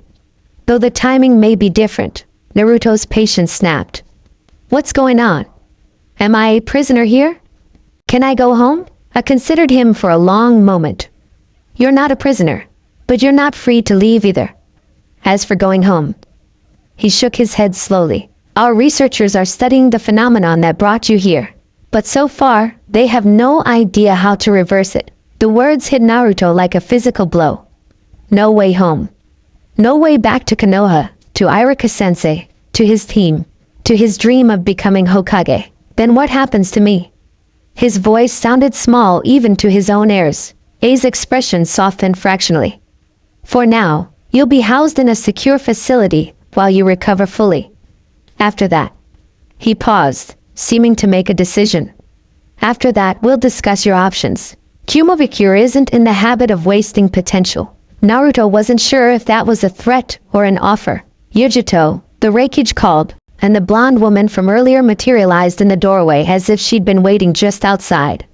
Show our guest to his new quarters. And begin his orientation. Yugito bowed slightly. Yes, Reikage-sama. As she led Naruto from the office, he caught the Reikage's final, quiet words to an ANBU. Double the security. If he is what I think he is, Akatsuki will come looking eventually. The Forest of Death lived up to its name. 2 days in, Team 7 had already fought off a team from Amagakure, avoided a nest of poisonous insects the size of dogs, and secured their second scroll through an ambush that had gone almost too perfectly. Now they rested in the hollowed-out trunk of a massive tree, taking turns standing watch. Sasuke's shift had just begun, his Sharingan periodically activating to scan their surroundings. Sai slept with his back against the wood, one hand never far from his tanto. Sakura dozed fitfully, pink hair falling across her face. Something shifted in the forest's rhythm, a subtle change in the insect sounds, a whisper of movement too deliberate to be animal. Sasuke tensed, reaching for a kunai. My, came a voice like silk sliding over steel. What an interesting group of genin. A figure melted from the shadows, a grass ninja with long black hair and an unsettling smile that stretched too wide for their face. Especially you, Sasuke Uchiha. Sasuke was on his feet instantly, kunai raised. Who are you? How do you know my name? The grass ninja tilted their head at an unnatural angle. Everyone knows the last loyal Uchiha. Their tongue, impossibly long, slithered out to wet their lips. I've been so looking forward to meeting you. Sasuke's instincts screamed danger. This was no genin. The killing intent leaking from them felt ancient, malevolent, and overwhelmingly powerful. Sakura sighed, he hissed without taking his eyes off the intruder. Wake up. Now, the grass ninja chuckled, the sound crawling up Sasuke's spine like insects. Oh, I wouldn't worry about them. This conversation is just between us. Their hands flashed through seals faster than Sasuke's eyes could track, and suddenly the forest dissolved around them, leaving only blood-red sky and the paralyzed sensation of being prey in the presence of an apex predator. What are you? Sasuke managed through gritted teeth. The grass ninja's face seemed to split, revealing another visage beneath. Pale skin, serpentine yellow eyes, and a smile that promised both elevation and damnation. Someone who can give you what you truly desire. Sasuke-kun, Orochimaru purred. The power to kill your brother. Naruto's quarters turned out to be a spacious apartment in a building clearly designed for shinobi. A bedroom, bathroom, small kitchen, and living area, all comfortably furnished but with subtle security measures evident to the trained eye. Reinforced walls, chakra-dampening seals disguised as decorative elements. Windows that offered breathtaking views but wouldn't open more than 6 inches. A gilded cage, but a cage nonetheless. You'll be provided with clothes and necessities, Yugito explained, gesturing to a closet already stocked with Kumo-style outfits in varying shades of blue, white, and black. Meals can be prepared here or taken in the common area downstairs. Naruto ran his fingers over the unfamiliar fabrics. No orange? Yugito raised an eyebrow. Orange is an exactly standard issue in Kumogakure. Standard issue? Naruto repeated, incredulous. Don't people here wear what they want? Of course they do, she replied, though her tone suggested otherwise. But shinobi represent the village. There are expectations. Naruto flopped onto the couch, his frustration finally boiling over. This is crazy. I need to get back to Konoha. My friends must be worried sick. Kakashi-sensei, Iruka-sensei, the old man Hokage, they think you're dead. Yugito's blunt words silenced him instantly. If what our researchers believe is true, you didn't just travel to another village. You crossed between realities. The Konoha you knew doesn't exist in this world. Or at least, not in the same way. Naruto stared at her, blue eyes wide with disbelief that quickly morphed into anger. That's a lie. You're just trying to make me give up on going home. Why would I lie? Yugito crossed her arms, unimpressed by his outburst. It would be far more convenient for us if you were simply a runaway Jinchuriki we could trade back to Konoha for political advantage. The casual mention of his status knocked the wind from Naruto's sails. You know about the 9 tails. Of course I do. For the first time, something other than cool assessment flickered in Yugito's eyes. She held up 2 fingers. 2 tails. Matatabi. The revelation hit Naruto like a physical blow. You're like me? A Jinchuriki? Yes. Yugito sat in the chair opposite him, her posture relaxing fractionally. Though our experiences are probably quite different. Where I come from, everyone feared what was inside me. Is it the same for you? The question pierced straight through Naruto's defenses. Years of isolation, of cold stares and whispered insults, of playground games he was never invited to join, all of it crystallized in a single, painful acknowledgement. Yeah, Yugito nodded, unsurprised. Here, we are weapons first, but still people. The village respects our power, even if they keep their distance. Respect? The concept seemed foreign when applied to his life in Konoha. Nobody respected me. They hated me. I had to paint the Hokage monument just to get anyone to notice I existed. A ghost of a smile touched Yugito's lips. You defaced your village's most sacred monument? Painted em all bright colors and gave the second a bloody nose. Naruto confirmed, a flicker of his old bravado returning. Took the AMBU 3 hours to catch me. For an instant, something like amusement glinted in Yugito's eyes before her professional mask slipped back into place. Impressive evasion skills, though your methods leave something to be desired. She stood abruptly, moving toward the door. Rest today. Tomorrow, we begin evaluating your abilities. The Reikage wants a full assessment of your chakra control, combat skills, and, she paused, choosing her words carefully, your relationship with your tenant. Naruto tensed. What's that supposed to mean? It means, Yugito said, her hand already on the doorknob, that we need to know if you're a ticking time bomb or a potential asset. Before she could leave, Naruto blurted out, will I ever get to go outside? Yugito paused, studying him with renewed interest. That depends entirely on you, Uzumaki Naruto. The door closed behind her with a soft click that somehow sounded final. Alone in the unfamiliar apartment, Naruto moved to the window. Kumobikure stretched before him, a village of vertical towers and bridges spanning between mountain peaks, all shrouded in mist and cradled by clouds. Beautiful, foreign, and impossibly far from everything he knew. He pressed his forehead against the cool glass and finally allowed the tears to fall.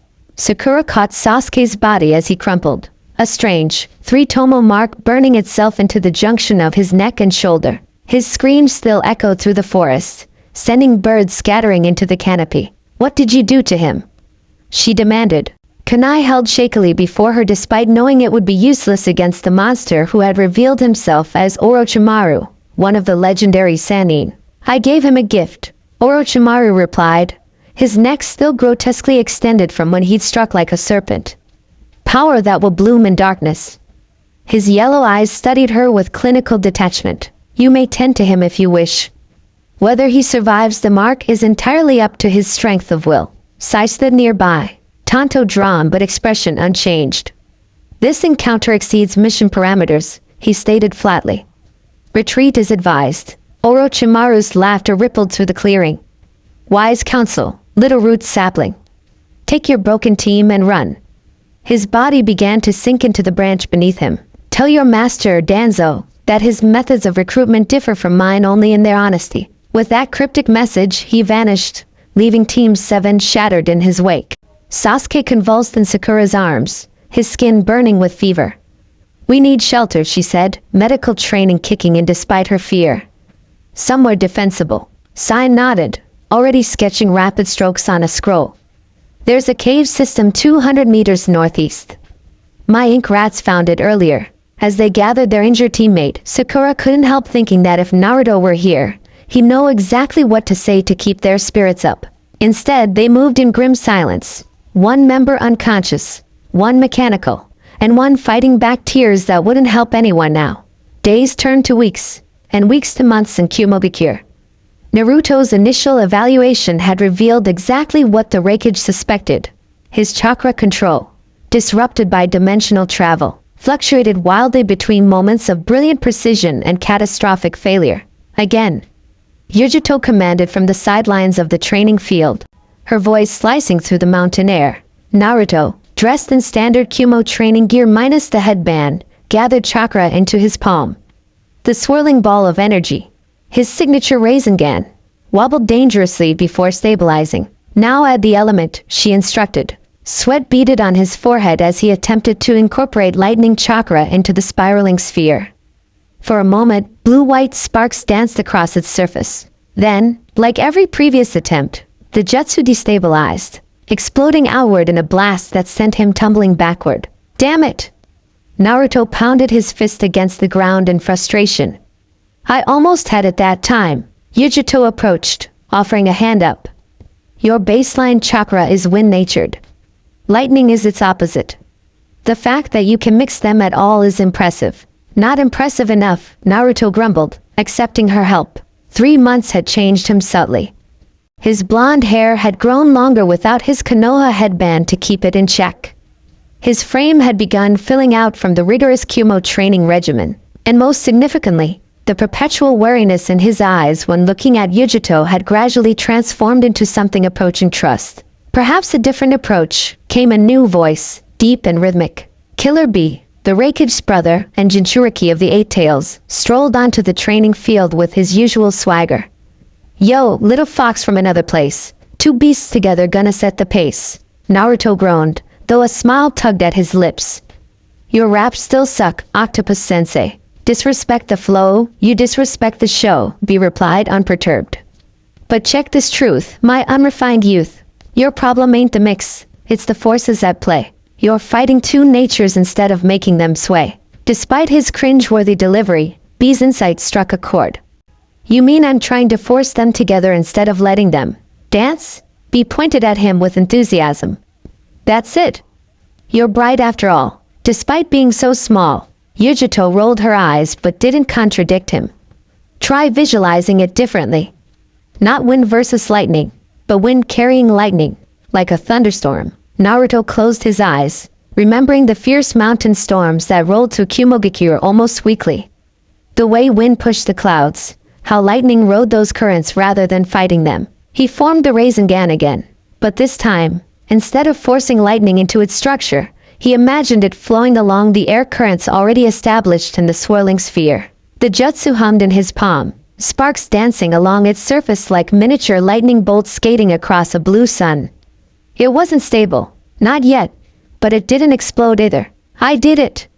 His exuberant shout broke his concentration, and the jutsu dissipated harmlessly. Did you see that? It worked! Bee's booming laugh echoed off the mountains. Not bad for a start, but don't get caught up in your art. Mastery takes time, patience, and rhyme. He glanced at the setting sun.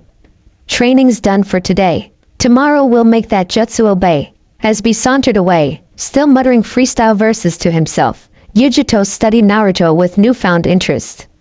You've progressed faster than anyone expected. Naruto grinned, rubbing the back of his neck in a gesture that hadn't changed despite everything else.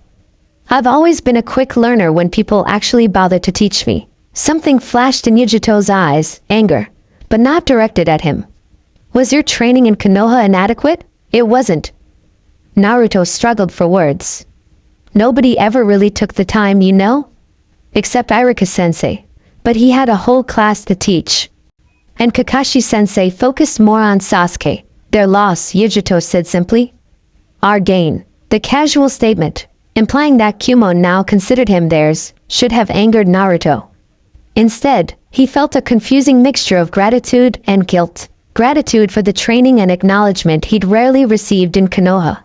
Guilt for not minding it as much as he should. They walked side by side back toward the village, comfortable silence stretching between them. Naruto's status had gradually evolved from prisoner to guest to something else. He now had limited freedom to move around certain areas of Kumogakure, always under Yugito's watchful eye. Do you still think about it? Yugito asked suddenly. Going back, I mean. Naruto's steps faltered. Every day. The admission felt like a betrayal, though of whom he wasn't sure anymore. Yugito nodded, accepting his honesty without judgment. The research team has made no progress. The dimensional tear seems to have been a one-time phenomenon, possibly triggered by the Nine-Tails chakra reacting to extreme emotional distress. So unless I get really, really angry. Naruto left the thought unfinished. Even then, there's no guarantee it would work the same way. Yugito's voice softened slightly. I'm not telling you to give up hope, Naruto. Just to consider that your life might continue here, rather than there. They reached the apartment building that had become his home. Naruto paused at the entrance, looking up at the cloud-streaked sky. I had dreams in Konoha. People I cared about. a promise to become Hokage someday. And now I don't know what I am anymore. The admission cost him, but it felt necessary. Not a Konoha ninja. Not quite a Kumo ninja either. Yugito studied him, her usual stoicism giving way to something almost gentle. Perhaps it's time to stop defining yourself by which village accepts you, and start defining yourself by who you choose to become. The words resonated deeper than Naruto wanted to admit. As Yugito left him to his thoughts, he realized with startling clarity that for the first time in his life, someone had looked at him and seen not the Nine-Tails vessel, not the orphan troublemaker, not even the potential weapon, but simply Naruto. The revelation was as terrifying as it was liberating. 1 year later, lightning crackled across the training field, its blue-white fingers dancing between two figures locked in combat. Naruto, now 14 and sporting a modified Kumo uniform with orange accents he'd insisted upon, wielded a crackling Rasengan streaked with lightning. Across from him, Yugito moved with liquid grace, blue fire, the two-tails chakra, flowing around her hands like living gauntlets. "You're telegraphing your strikes again," she called out, dodging his attack with millimeters to spare. "I am not," Naruto countered, spinning to avoid her counter-strike. Their training sessions had evolved from formal instruction to something approaching genuine combat. Two Jinchuriki pushing each other to new heights. Naruto's fighting style had transformed, blending his unpredictable Konoha foundation with Kumo's precision lightning techniques. The result was something entirely unique, just like the boy himself. From the sidelines, Killer Bee nodded in approval. "Looking good, looking tight. Both your chakras burning bright." The Raikage stood beside his brother, arms crossed over his massive chest. "The synchronization effect is remarkable," he observed. "I've never seen two Jinchuriki fight so complementary to each other's styles." "It's more than just fighting," Bee replied, unusually serious. "Their beasts are communicating through them, whether they realize it or not." Inside Naruto's mindscape, beyond his conscious awareness, the Nine-Tails watched through his host's eyes with growing interest. The Two-Tails Jinchuriki moved with a precision and control that impressed even the ancient fox. More intriguing still was how his own chakra responded to her presence. Not with the usual hostility he felt toward humans, but with something almost like recognition. "Interesting," the Nine-Tails murmured to himself behind his gate. "Very interesting indeed." On the field, Naruto finally managed to break through Yugito's defense, his lightning-infused Rasengan grazing her shoulder. The contact sent a harmless but impressive shower of sparks cascading around them both. "I got you!" Naruto crowed triumphantly. Yugito's response was to sweep his legs out from under him, sending him crashing to the ground with a surprised yelp. She stood over him, one flaming hand positioned near his throat. "Never celebrate until your opponent is actually defeated," she admonished, though the corner of her mouth twitched upward. Yeah? Naruto accepted her offered hand, pulling himself up. "One of these days, I'll win fair and square. Perhaps." The admission was significant coming from Yugito, who rarely acknowledged anyone as a potential equal. As they walked off the field together, shoulders nearly touching, the Raikage exchanged knowing glances with his brother. The dynamic between the two Jinchuriki had shifted gradually over the past year, from reluctant guardian and suspicious guest to respected training partners to something neither seemed ready to name yet. Two Jinchuriki working in tandem, the Raikage mused. "The tactical advantages alone are worth the investment we've made in the boy." "Is that all you see, brother?" Bee asked, surprising the Raikage with his insight. "'Cause this fool sees something growing true. Not just power but a bond that's new." A rare smile crossed the Raikage's stern features. "Perhaps you're right. Either way, cumulative benefits." He turned to leave, then added over his shoulder, "Let them continue training together. I'm curious to see where this leads." As the sun set behind Kumo's mountainous skyline, Naruto and Yugito sat side by side on a cliff edge, cooling down after their intense session. Their shoulders touched casually, a contact that would have been unthinkable a year ago. "Your control is improving," Yugito noted, genuine approval in her voice. Naruto grinned, the expression reminiscent of his younger self despite everything that had changed. "Told you I'd get the hang of it eventually." Comfortable silence settled between them as they watched clouds drift between mountain peaks. After a moment, Yugito spoke again, her voice uncharacteristically hesitant. "Do you still think about it?" Konoha? Naruto's smile faded, replaced by thoughtful consideration. Sometimes. Less than before. He picked up a small stone, turning it over in his fingers. I wonder if they're still looking for me, or if they've moved on. If Sasuke ever killed his brother. If Sakura became a medical ninja like she wanted. Do you regret staying here? The question carried more weight than her casual tone suggested. Naruto tossed the stone into the abyss below, watching until it disappeared from sight. How can I regret something I didn't choose? The tear brought me here. There's no way back. He paused, gathering courage for his next words. But if I could choose now, I'm not sure what I'd do. Yugito turned to face him fully, studying his profile with unusual intensity. A diplomatic non-answer. Hey, I learned from the best. Naruto bumped her shoulder with his, a familiar gesture that had developed between them. You're the queen of saying things without actually saying them. Her lips quirked upward. A necessary skill for any shinobi. Yeah, well, I've always preferred the direct approach. To demonstrate, Naruto shifted to face her, blue eyes meeting her dark gaze with unexpected seriousness. I'm glad I met you, Yugito. Even if everything else about this situation is complicated as hell, that part isn't. Something flickered in her eyes. Surprise, warmth, and perhaps a hint of the same uncertainty Naruto felt whenever they ventured beyond the safe territory of training partners. For a heartbeat they moved. Then Yugito stood in one fluid motion, composure reinstated. We should head back. Early mission briefing tomorrow. Naruto nodded, filing away the moment as another in a growing collection of almosts and might-have beens between them. As they walked back toward the village, however, Yugito's hand brushed against his. Too deliberately to be accidental. Too briefly to require acknowledgement. The gesture said everything her words couldn't yet.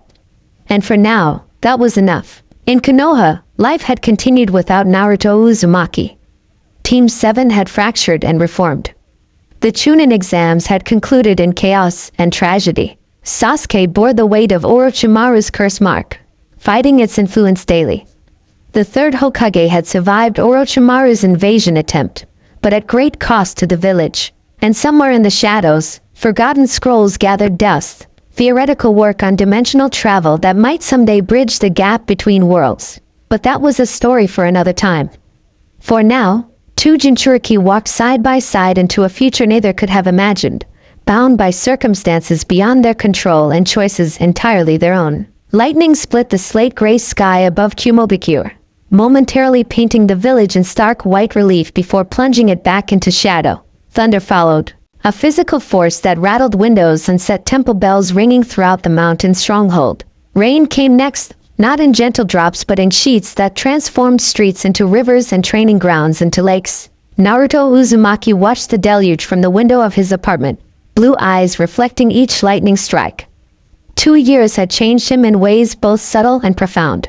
At 15, he'd grown taller, his once round face sharpening into handsome angles that hinted at the man he was becoming. His blonde hair, longer now, was tied back in a short ponytail that brushed the nape of his neck. Gone was the orange jumpsuit of his Konoha days, replaced by a modified Kumogakure uniform, sleek black pants and a deep blue tunic with silver accents, over which he wore a white vest emblazoned with stylized lightning bolts along its edges. An orange armband, his one concession to his former signature color, wrapped around his left bicep. Are you planning to stare at the rain all day? Or are we actually going to prepare for tomorrow's mission? Yugito's voice cut through his contemplation, sharp but lacking the edge it had carried in their early days together. Naruto turned, a half-smile playing across his lips. Just thinking about how different the storms are here. In Konoha, rain was gentle, you know? Here it's like the sky is trying to punch through the mountains. Yugito stood in the doorway between their kitchen and living room, arms crossed over her chest. At 18, she'd only grown more striking, blonde hair still in its practical ponytail, but her features had settled into an elegant severity that drew eyes wherever she went. Her standard Kumo uniform had been modified with mesh armor beneath, and fingerless gloves that extended to her elbows. The two-tails Jinchuriki rarely smiled, but when she did, it transformed her entire face. Poetic, she remarked dryly, though her eyes softened. But the Border Patrol mission briefing is in an hour, and you haven't packed your gear. Already done. Naruto gestured to his mission pack, neatly arranged by the door. I'm not the scatterbrained kid I used to be, Yugi. The nickname, one only he dared use, earned him a narrow-eyed look that might have terrified him once. Now he knew the subtle differences between her expressions, annoyed but secretly amused versus genuinely irritated and about to kick his ass. This was definitely the former. Don't call me that, she said automatically, the protest worn smooth by repetition. Their shared apartment, assigned 6 months ago, when Naruto's integration into Kumobikira officially transitioned from foreign asset under supervision to specialized Jonin equivalent with limited clearance, bore the hallmarks of their contrasting personalities. Yugito's immaculate organization dominated the common areas, where weapons were displayed with geometric precision and scrolls arranged by subject matter. Naruto's influence appeared in unexpected touches. A plant thriving on the windowsill, colorful throw pillows on the austere couch, and a collection of carved wooden animals lined up on a shelf. Gifts from Killer Bee, who'd revealed a surprising talent for whittling. And then there were the photographs. New memories captured alongside tokens of the old.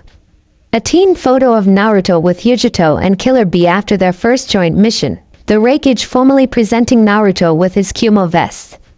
And tucked in the corner, slightly faded, Team 7's original portrait, preserved like an artifact from a previous life. You're doing it again, Yugito observed, moving to stand beside him at the window. Doing what?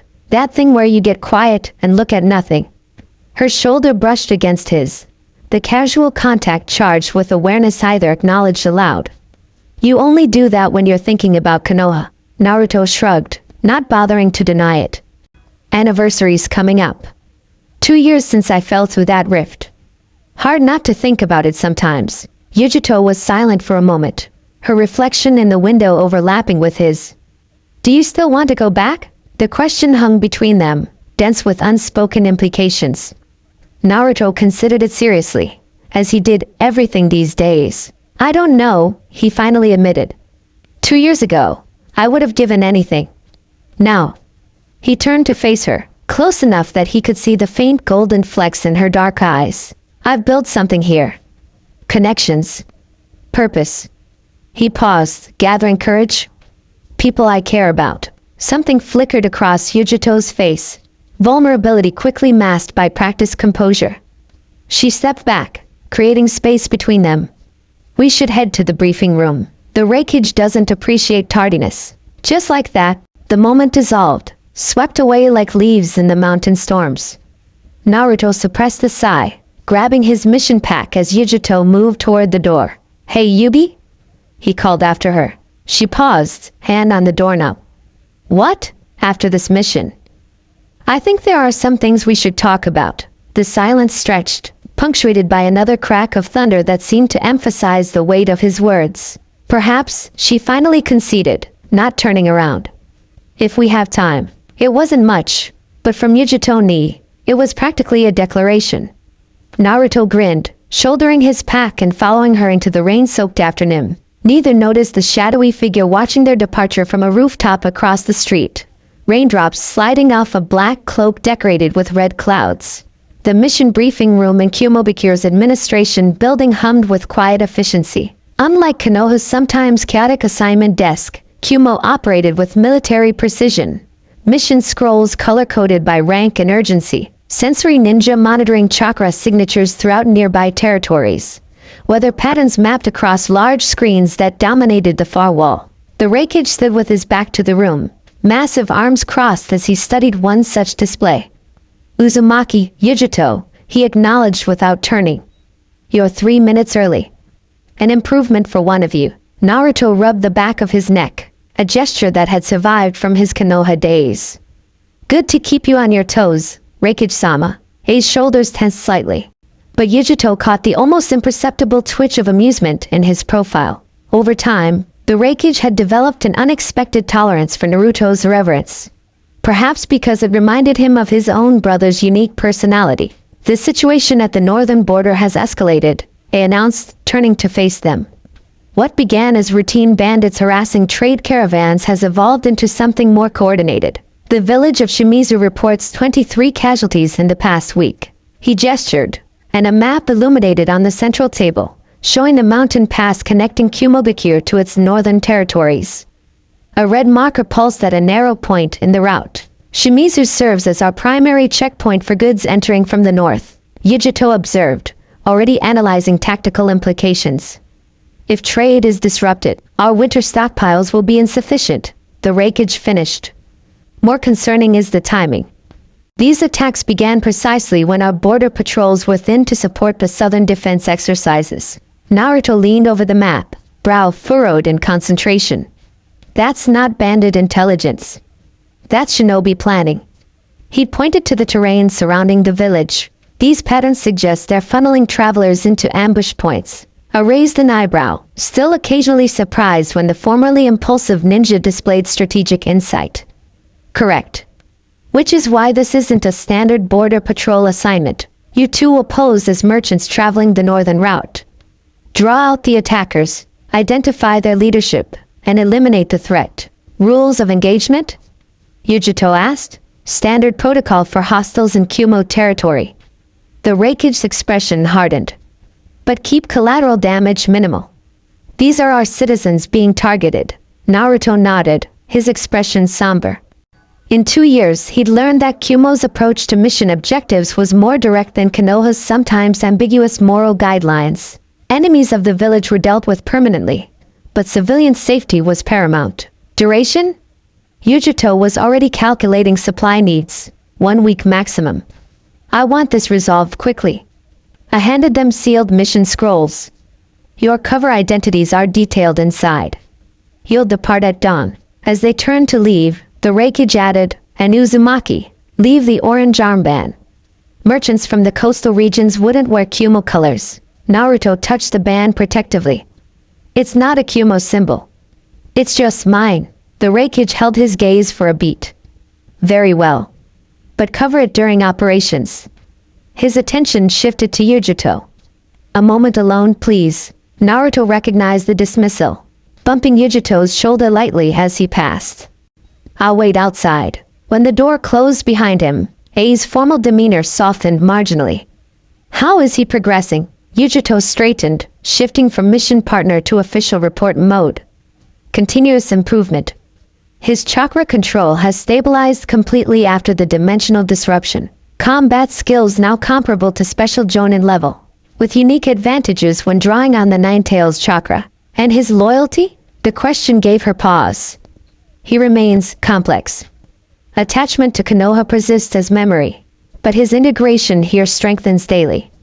He's formed bonds. She hesitated before adding strong bonds. A's shrewd eyes studied her face. Including with you. It wasn't a question, and Yugito didn't treat it as one. Our effectiveness as a team benefits from mutual trust and understanding. That's not what I asked Yugito. She met his gaze unflinchingly. Then asked directly, Rakage-sama? The corner of A's mouth twitched, almost a smile. Unnecessary. Your non-answer is answer enough. He turned back to the displays. The council questions the wisdom of allowing two Jinchuriki to become so interdependent. Some fear it concentrates too much power in a potential vulnerability. The council fears what it doesn't understand, Yugito replied, uncharacteristic heat in her voice. Our connection doesn't create vulnerability. It exponentially increases our combat effectiveness. I agree. A simple statement caught her off guard. Which is precisely why I continue to partner you despite the council's concerns. He fixed her with a pointed look. Just ensure that effectiveness isn't compromised by other factors. A flush threatened to rise in Yugito's cheeks, but years of emotional discipline kept it at bay. Understood, Rakage-sama. Good. He nodded once, dismissal clear. Complete this mission successfully, and I'll have grounds to approve Uzumaki's field clearance expansion. The council can hardly argue with results. As Yugito exited, she found Naruto leaning against the opposite wall, arms crossed casually. His keen hearing had undoubtedly caught parts of the conversation, but his expression revealed nothing. Everything okay? He asked, falling into step beside her. Fine. She kept her voice neutral. We should prepare. Dawn comes early. Naruto grinned, the expression lighting his face with a familiarity that sometimes made her chest tighten inexplicably. Race you home? Loser makes dinner. Before she could respond, he was gone in a flash of speed, leaving her fighting a reluctant smile. With a shake of her head, Yugito followed, her pace deliberately measured. Let him win this one. His cooking had improved dramatically since his cup ramen days. Dawn painted the mountains in hues of amber, and bold as two merchants departed Kumobikure. The man, young with brown hair and unremarkable features, led a packed mule laden with textile samples. The woman, similarly nondescript with black hair cropped short, carried an abacus and ledger, every inch the meticulous accountant. No one observing would have identified them as two of Kumo's most lethal operatives.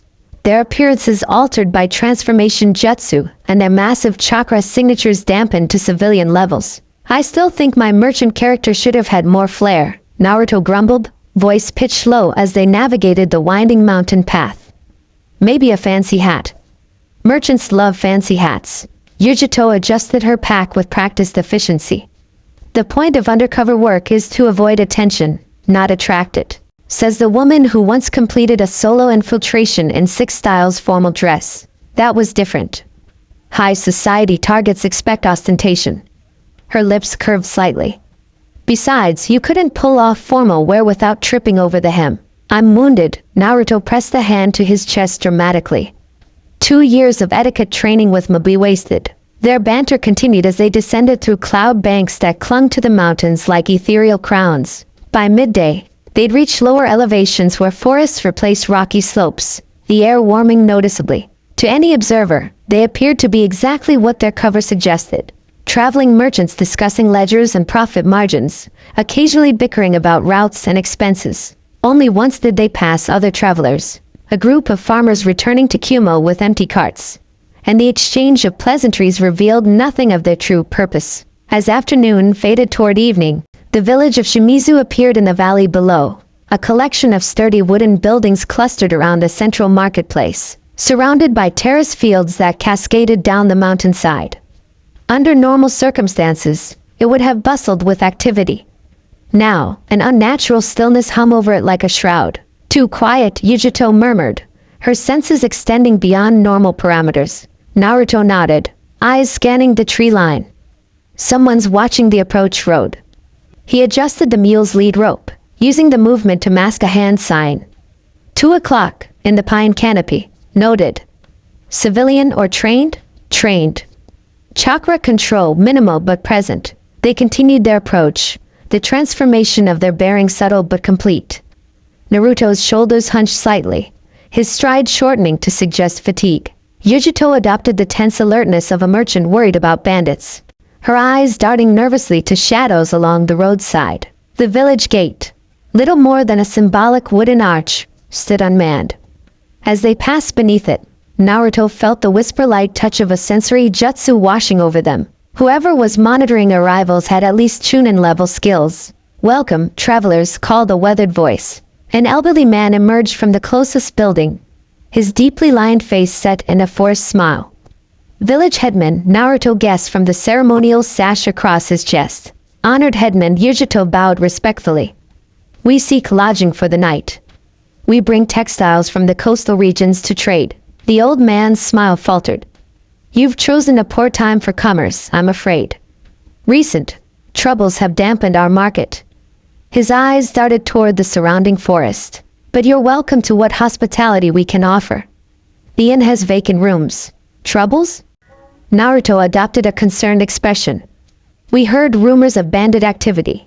But surely the mighty Kumobikure protects its territories?" Bitterness flashed across the headman's face. "Kumobikure has more pressing concerns than a remote trading post, it seems. We've sent 3 messengers. None have returned." Naruto and Yugito exchanged glances, this information not included in their briefing. Either communications were being intercepted, or someone in Kumo was suppressing reports. "How unfortunate," Yugito said carefully. "Perhaps we should continue to the next village?" "The next village is a day's journey through forest paths." The headman lowered his voice. "I would not recommend traveling after dark. Those who do, don't arrive." "I see." Yugito bowed again. "Then we gratefully accept your hospitality until morning." As the headman led them toward the inn, Naruto brushed against Yugito's shoulder, their momentary proximity allowing him to whisper, "Someone in the watchtower is using a communication jutsu. They know we're here." "Good," she replied, her lips barely moving. "Let the prey come to the predators." The inn proved nearly deserted, its common room occupied only by the proprietor and two locals nursing cups of sake with the grim determination of men drinking to forget. The building itself, 2 stories of sturdy timber construction with a sloped roof to shed mountain snow, had clearly seen more prosperous days. Naruto and Yugito secured adjacent rooms on the upper floor, strategically positioned with window access and multiple escape routes. After making a show of settling in, they descended to the common room for the meal included with their lodging. "Traveling merchants, eh?" The innkeeper, a broad-shouldered woman with calloused hands, set bowls of simple but aromatic stew before them. "Brave or foolish, I can't decide which. Business waits for no one," Naruto offered with an affable shrug. "The coastal workshops have quotas to meet." The woman grunted, unconvinced. "No quotas worth dying for." She glanced toward the shuttered windows. "Those aren't ordinary bandits in these woods." "Oh?" Yugito adopted an expression of concerned curiosity. The innkeeper leaned closer. "They know things. Attack patterns too precise. 2 weeks ago, they hit Counselor Tetsuo's caravan exactly when his guards rotated shifts. Information only someone inside Kumo should have known." She straightened as the door opened, admitting a gust of evening air and a new patron. "Enjoy your meal. Dawn departure would be wisest." The newcomer settled into a corner table, face shadowed by a wide-brimmed traveler's hat. Nothing in his appearance suggested threat, yet Naruto felt the hairs on his neck rise. Years of training had honed his instincts beyond normal perception. This man was dangerous. Beneath the table, Yugito's knee pressed against his, a silent signal of shared awareness. They continued eating, their conversation deliberately mundane as they discussed fictional textile orders and market conditions in coastal towns neither had actually visited. "I believe I'll retire early," Yugito announced after they'd finished, standing with a convincing display of travel weariness. "The mountain paths are exhausting for those unused to them." "I'll join you shortly," Naruto replied, signaling his intent to observe the stranger further. "I want to enjoy another cup of this excellent local sake."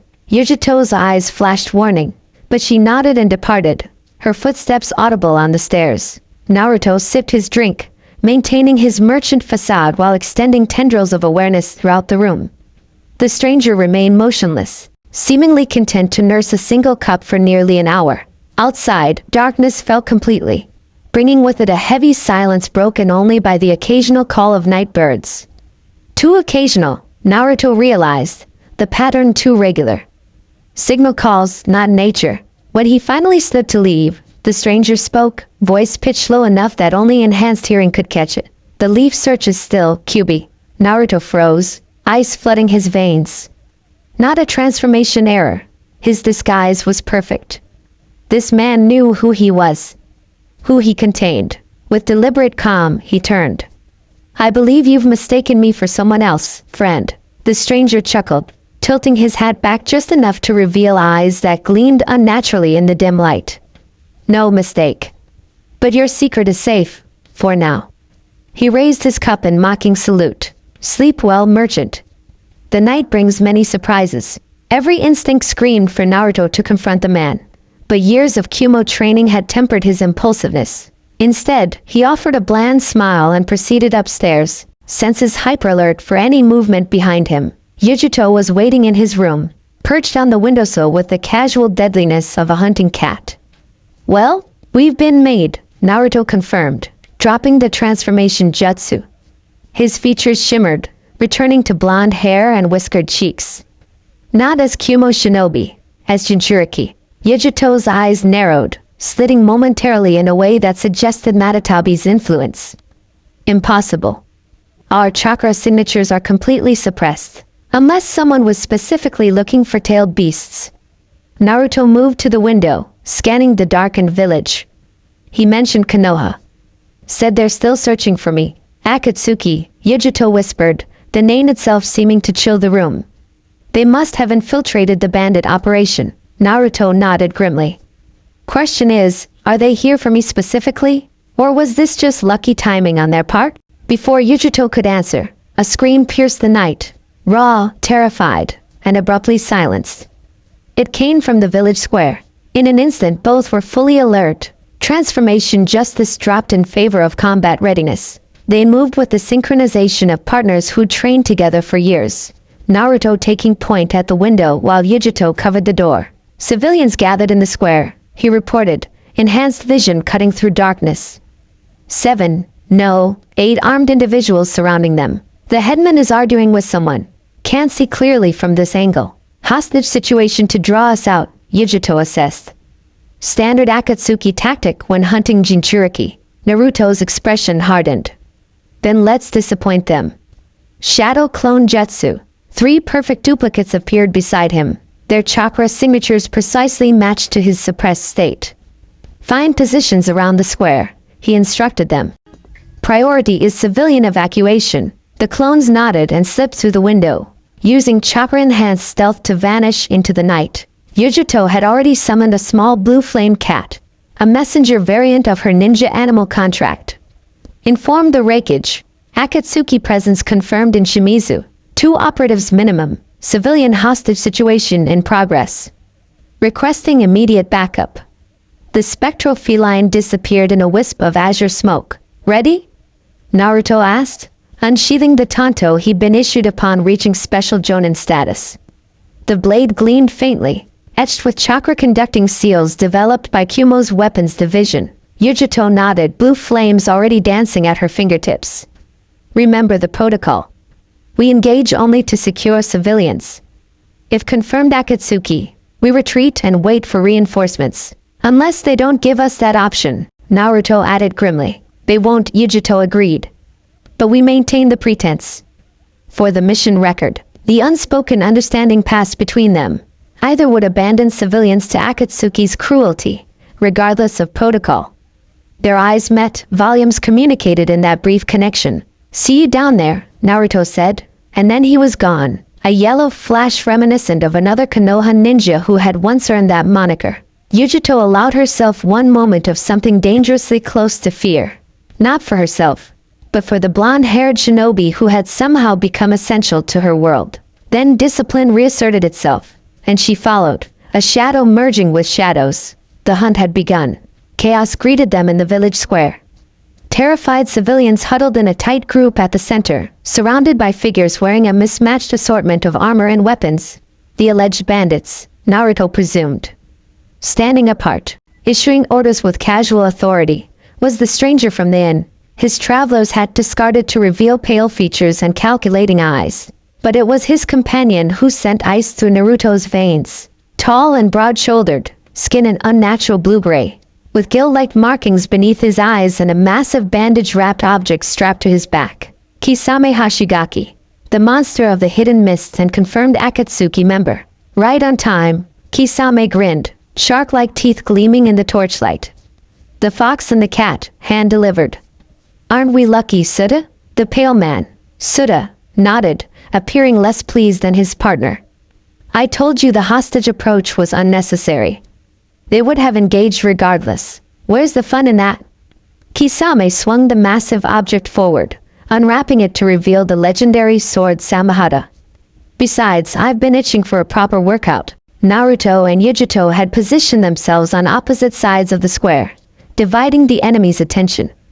Naruto's shadow clones, still concealed, waited for the signal to evacuate civilians. Release the villagers, Yugito demanded, her voice carrying the authority of Kumo's elite. Your quarrel is with us, is it? Suda tilted his head, studying her with detached curiosity. Our quarrel is with what you contain, not who you are. The distinction is important. Enough talk, Kisame growled, Samahata quivering in apparent eagerness. You know how this goes, Jinchuriki. You can come quietly, or we can take you in pieces. Samahata doesn't mind either way. Your chakra will taste the same. Naruto caught Yugito's eye across the square, a silent count passing between them. 1, 2, now! Naruto shouted, hurling a flash bomb into the center of the square. Blinding light erupted, accompanied by the disorienting pop of several smoke bombs. In that moment of confusion, Naruto's shadow clones surged forward, creating a protective barrier between the civilians and their captors while guiding them toward pre-designated evacuation routes. Kisame laughed, seemingly delighted by the chaos. "Oh, I'm going to enjoy this." He swung Samahata in a devastating arc that would have cleaved several fleeing villagers in half if Naruto hadn't intercepted it with his tanto. The impact rattled his bones, the force behind Kisame's swing monstrous even by shinobi standards. Worse, Naruto felt his chakra being drained on contact. Samahata's legendary ability to feed on an opponent's energy. "Not bad, kid," Kisame grinned, bearing down with enough pressure to drive Naruto's feet into the dirt. "But you're out of your league." Across the square, Yugito engaged Suda in a deadly dance of precision strikes. The pale man moved with unnatural fluidity, each attack followed by hand signs Naruto didn't recognize. Where Kisame was brute force, Suda was calculated precision, and somehow more terrifying for it. "You've adapted well to Kumo's techniques," Suda observed, dodging a fire-enhanced strike that would have severed his carotid artery. "But your tailed beast chakra signatures remain distinctive. Like beacons to those who know how to look." Yugito's eyes narrowed. "You're not just Akatsuki. You're a sensory type specializing in Biji chakra, among other things." Suda completed a complex sequence of hand signs. Sealing art, dimensional anchor technique. The ground beneath Yugito erupted with glowing chains that wrapped around her ankles, immobilizing her. She snarled, blue flames erupting along her arms as she prepared to draw on Matatabi's power to break free. "I wouldn't," Suda advised calmly. "The seals are specifically designed to react to tailed beast chakra. The more you draw, the tighter they bind, until they begin extracting it forcibly." Across the square, Naruto found himself similarly outmatched. Kisame moved with speed belying his massive frame, each swing of Samahata coming closer to connecting fully. The bandaged sword seemed to grow with each glancing blow, feeding on Naruto's chakra even through indirect contact. "You've got good instincts, fox boy," Kisame acknowledged, pressing his advantage. "But you're holding back the good stuff. Why not show me what you really can do?" He leaned closer, voice dropping conspiratorially. "I promise Samahata won't eat all of it," Naruto growled, frustration mounting as he dodged another devastating swing. Without accessing the Nine Tails chakra, he was fighting at maybe 40% capacity, and Kisame knew it. Then he saw Yugito, partially immobilized by those glowing chains, fighting with one hand tied behind her back, so to speak. Something inside him snapped. "Hey, fish face!" Naruto called, a dangerous edge entering his voice. "You want to see what I can do? Fine. Let's play." Red chakra began to seep from his skin, forming a visible aura that sizzled where it touched the ground. His eyes shifted from blue to crimson, pupils elongating to slits. The whisker marks on his cheeks darkened and deepened. Kisame's grin widened impossibly. "That's more like it." Across the square, Suda tensed. "Kisame, don't let him." Too late. Naruto vanished in a burst of speed that left after images, reappearing inside Kisame's guard with a Rasengan already forming. Not the standard blue sphere, but a version crackling with red-tinged lightning. Rasengan, Nine Tails lightning style. He roared, driving the devastating jutsu toward Kisame's chest. The former mist ninja brought Samahata up barely in time, the living sword absorbing much of the impact but still sending its wielder skidding backward through a market stall and into the side of a building. Without pausing, Naruto whirled toward Yugito, hands already forming shadow clone seals. 3 perfect duplicates appeared, surrounding Suda while the original launched himself toward the immobilized Yugito. "The seals," she warned, struggling against the chakra-draining chains. "I see them," Naruto replied, dropping to one knee beside her. His fingers traced the complex pattern etched into the ground, Nine Tails' enhanced vision revealing what normal sight couldn't perceive. "It's a layered barrier. Anchor points here, here, and here." He pointed to seemingly random spots in the design. "If we overload them simultaneously." Yugito nodded, understanding instantly. "Synchronize on 3. They practiced this maneuver countless times, but never in actual combat. It required perfect harmony between their chakra signatures, a feat most Jonin couldn't achieve with years of partnership, yet had come almost naturally to them. 1. Naruto's red chakra intensified. 2. Blue flames began to envelop Yugito's form. 3. Their chakras surged simultaneously. Red and blue energies intertwining in a double helix pattern that slammed into the ceiling array's anchor points. For a moment, the chains brightened, tightening painfully, then shattered with a sound like breaking glass. Suda's eyes widened. Impossible. The harmonization effect. He didn't finish the thought as both Jinchuriki launched toward him, moving in perfect synchronization. When Naruto attacked high, Yugito struck low. When she spun left, he pivoted right. Their chakra signatures, already harmonized from breaking the seal, began to resonate at a frequency that made the air itself vibrate around them. Across the square, Kisame extracted himself from the shattered building, Samahata pulsing with the chakra it had absorbed. Now this is interesting, he called, charging back into the fray. 2 Jinchuriki fighting as one. The extraction will be twice as fun, but something was happening that none of them had anticipated. As Naruto and Yugito continued their synchronized assault, their chakra auras began to merge, not just overlapping, but actually combining at a molecular level. Red and blue energies swirled together, creating a purple haze that expanded outward in pulsing waves. Within his mindscape, Naruto felt the nine tails stir with unprecedented interest.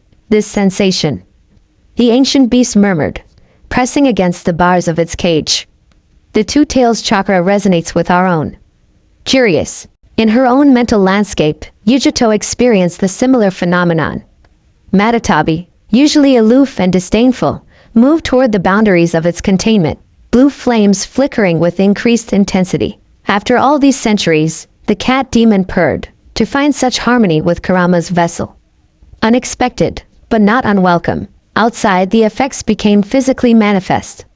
The purple chakra aura surrounding them solidified, taking on aspects of both beasts.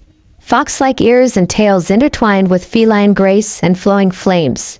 Their movements accelerated beyond normal human perception, striking with such perfect coordination that Suda found himself overwhelmed despite his considerable skill. "Kisame!" he shouted, real alarm entering his voice. "We need to retreat." This phenomenon wasn't in our intelligence. The shark-like ninja appeared reluctant, Samahata quivering with excitement at the feast of chakra before it. But even Kisame recognized when odds shifted unfavorably. TCH. Just when it was getting fun, he formed a rapid sequence of hand signs. Water style. Great exploding water shockwave. A massive wall of water erupted from seemingly nowhere, crashing through the village square with devastating force. Civilians already evacuated. Only property suffered as buildings crumbled under the deluge. Naruto grabbed Yugito instinctively, their combined chakra forming a protective bubble as they were swept away by the torrent. They tumbled together through the raging waters, eventually slammed against the mountainside where the flood dissipated into multiple streams. When the water receded, Akatsuki was gone, along with most of the village square. Naruto and Yugito lay side by side on the muddy ground, their extraordinary chakra cloaks slowly fading as exhaustion set in. For several minutes neither spoke, simply breathing in ragged synchronization as their bodies processed what had happened. That was... Naruto finally managed. Unprecedented, Yugito finished, turning her head to meet his gaze. Something had fundamentally changed between them, not just physically, but in the core of their beings. The chakra synchronization had connected them on a level neither fully understood, leaving an afterglow of awareness that hummed along their nerve endings. "I felt the nine tails," Yugito whispered, wonder breaking through her usual composure. "Not just its chakra, but its consciousness." Naruto nodded, equally shaken. Same with Matatabi. It was like a conversation happening too fast to understand, but I could feel the tone of it. They stared at each other, rain beginning to fall again as storm clouds gathered above the devastated village. Mud soaked through their uniforms, and minor injuries made themselves known as adrenaline faded. Yet neither moved to break the connection humming between them. "We should check on the villagers," Yugito finally said, practicality reasserting itself. "Yeah." Naruto sat up, wincing at protesting muscles. "And send a detailed report to the wreckage." Akatsuki infiltrating this deep into Kumo territory changes everything. Yet as they helped each other stand, hands lingering longer than necessary, Both knew the most significant change had nothing to do with enemy movements and everything to do with the inexplicable bond now connecting them. Jinchuriki to Jinchuriki, human to human, heart to heart. The implications would have to wait.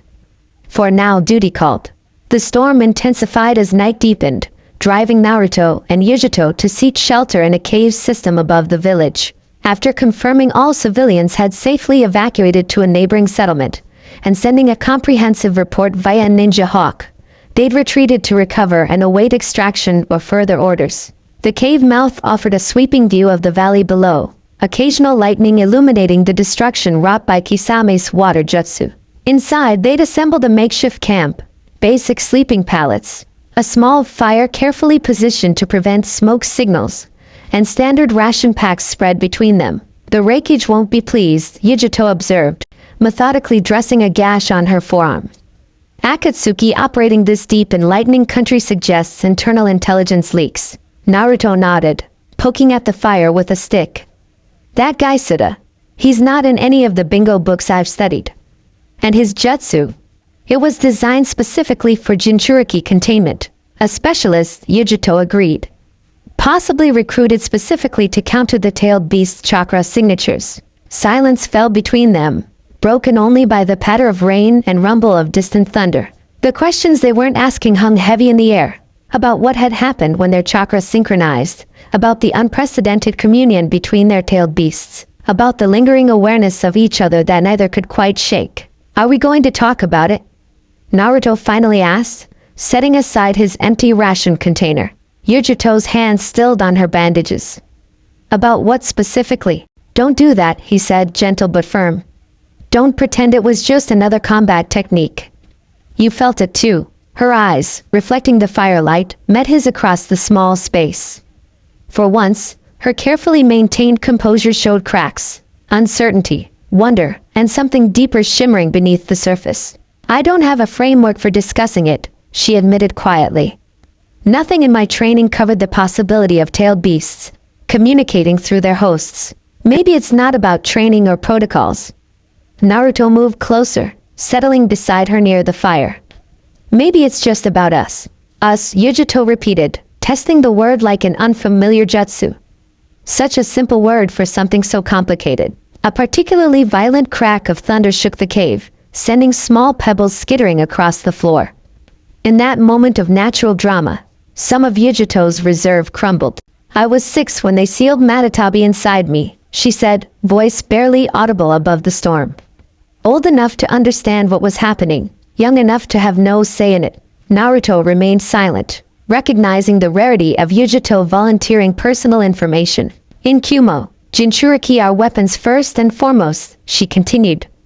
We're trained from the moment of sealing. No childhood, no normal development. Just endless preparation for our role as village assets. Her fingers traced the edge of her bandage absently. I accepted it because I knew nothing else. Believed I was fulfilling my purpose. Until? Naruto prompted softly, sensing more to the story. Until I met another Jinchuriki who somehow maintained his humanity despite everything.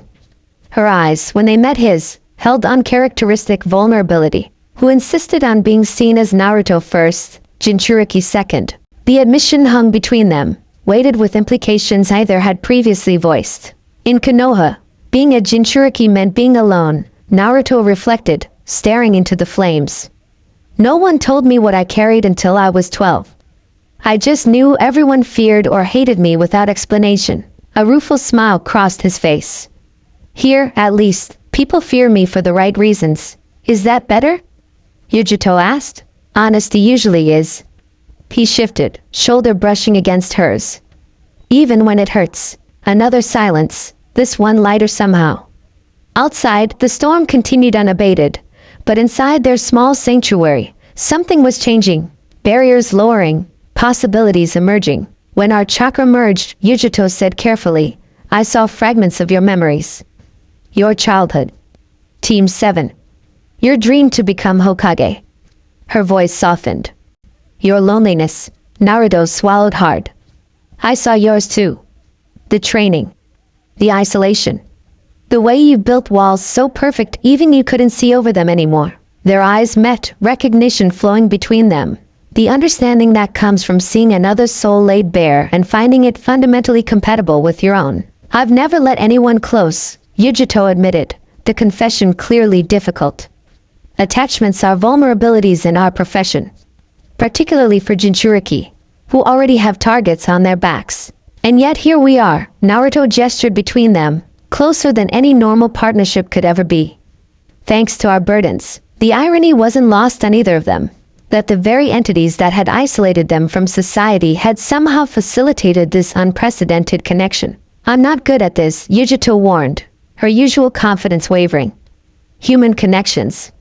Emotional entanglements. Naruto's smile brightened the dim cave.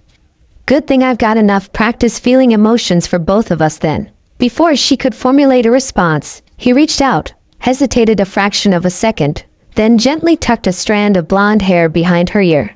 The simple contact sent a ripple of awareness between them, an echo of their chakra synchronization. We don't have to define this, he said quietly.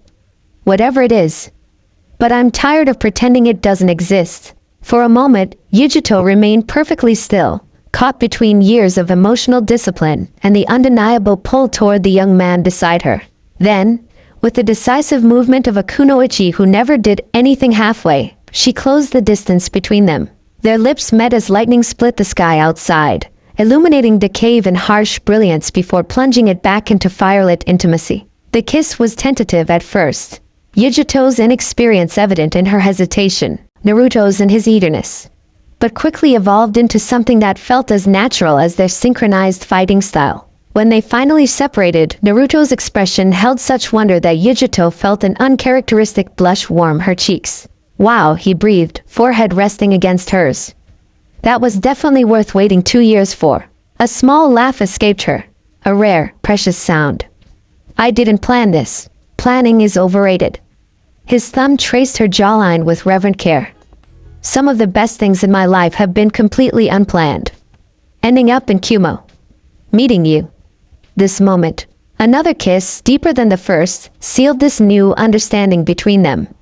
Outside, the storm gradually began to subside, as if nature itself approved of the harmony they'd found amidst chaos. Later, as they lay side by side on their pallets, fingers intertwined in the space between them, Yugito whispered, "This complicates things." "Most worthwhile things do," Naruto replied, squeezing her hand gently. "But we'll figure it out. Together."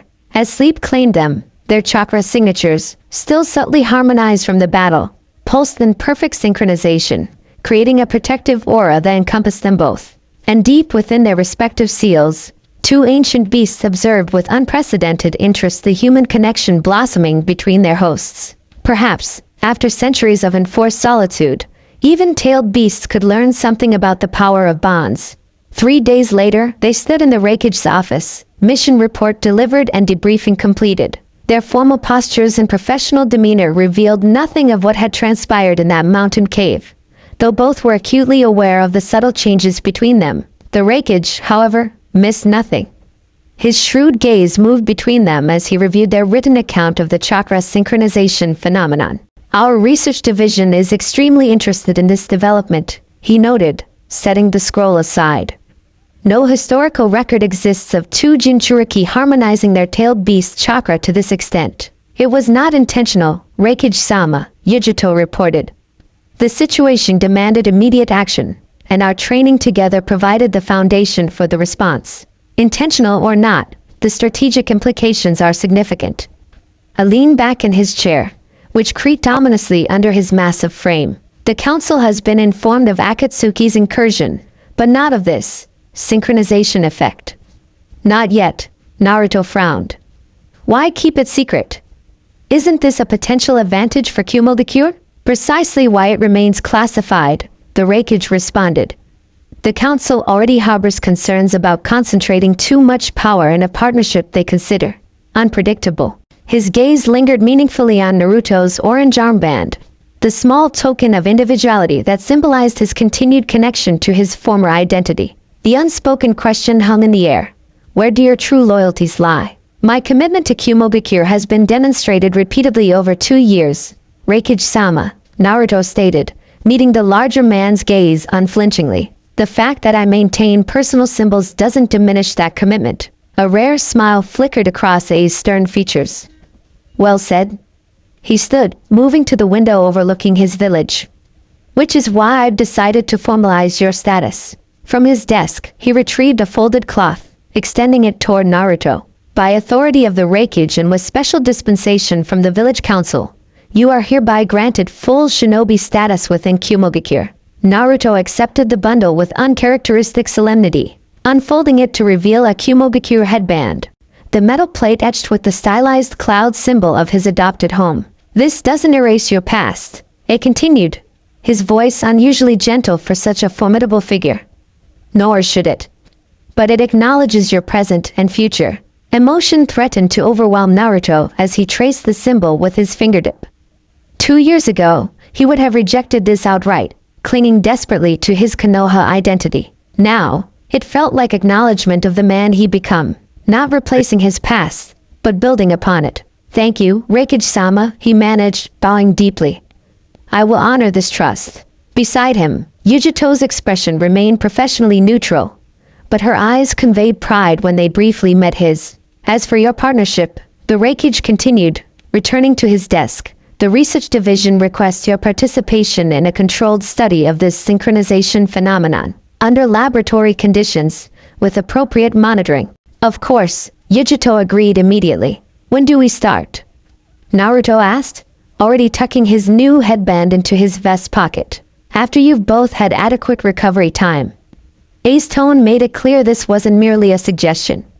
3 days minimum. The medical division reports significant chakra depletion in both of you, despite your accelerated healing capabilities. He shuffled through some papers, a clear dismissal. Accommodations have been arranged in the meantime.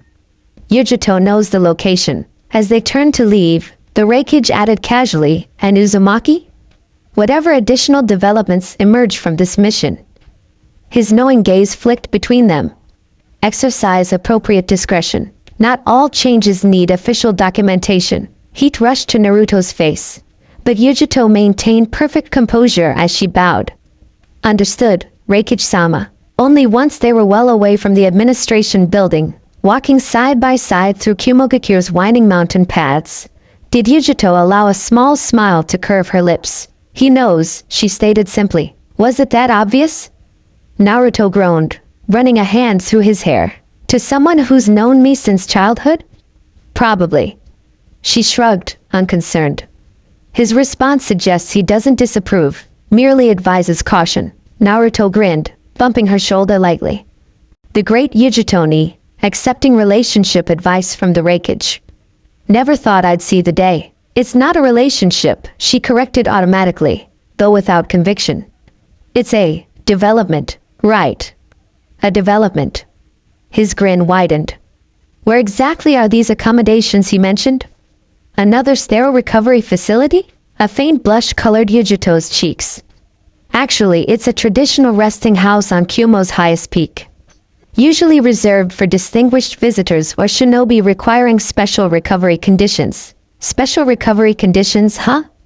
Naruto wiggled his eyebrows suggestively. For the chakra synchronization study, she insisted, though her lips twitched with suppressed amusement. The altitude and isolation provide optimal conditions for chakra regeneration. Of course. He nodded with exaggerated seriousness. Very scientific. Nothing at all to do with privacy or romantic views. This time, Yugito didn't suppress her smile. The sunset from the western terrace is allegedly spectacular. As they continued their ascent toward the peak, hands occasionally brushing in not quite accidental contact, Naruto felt something settle within him.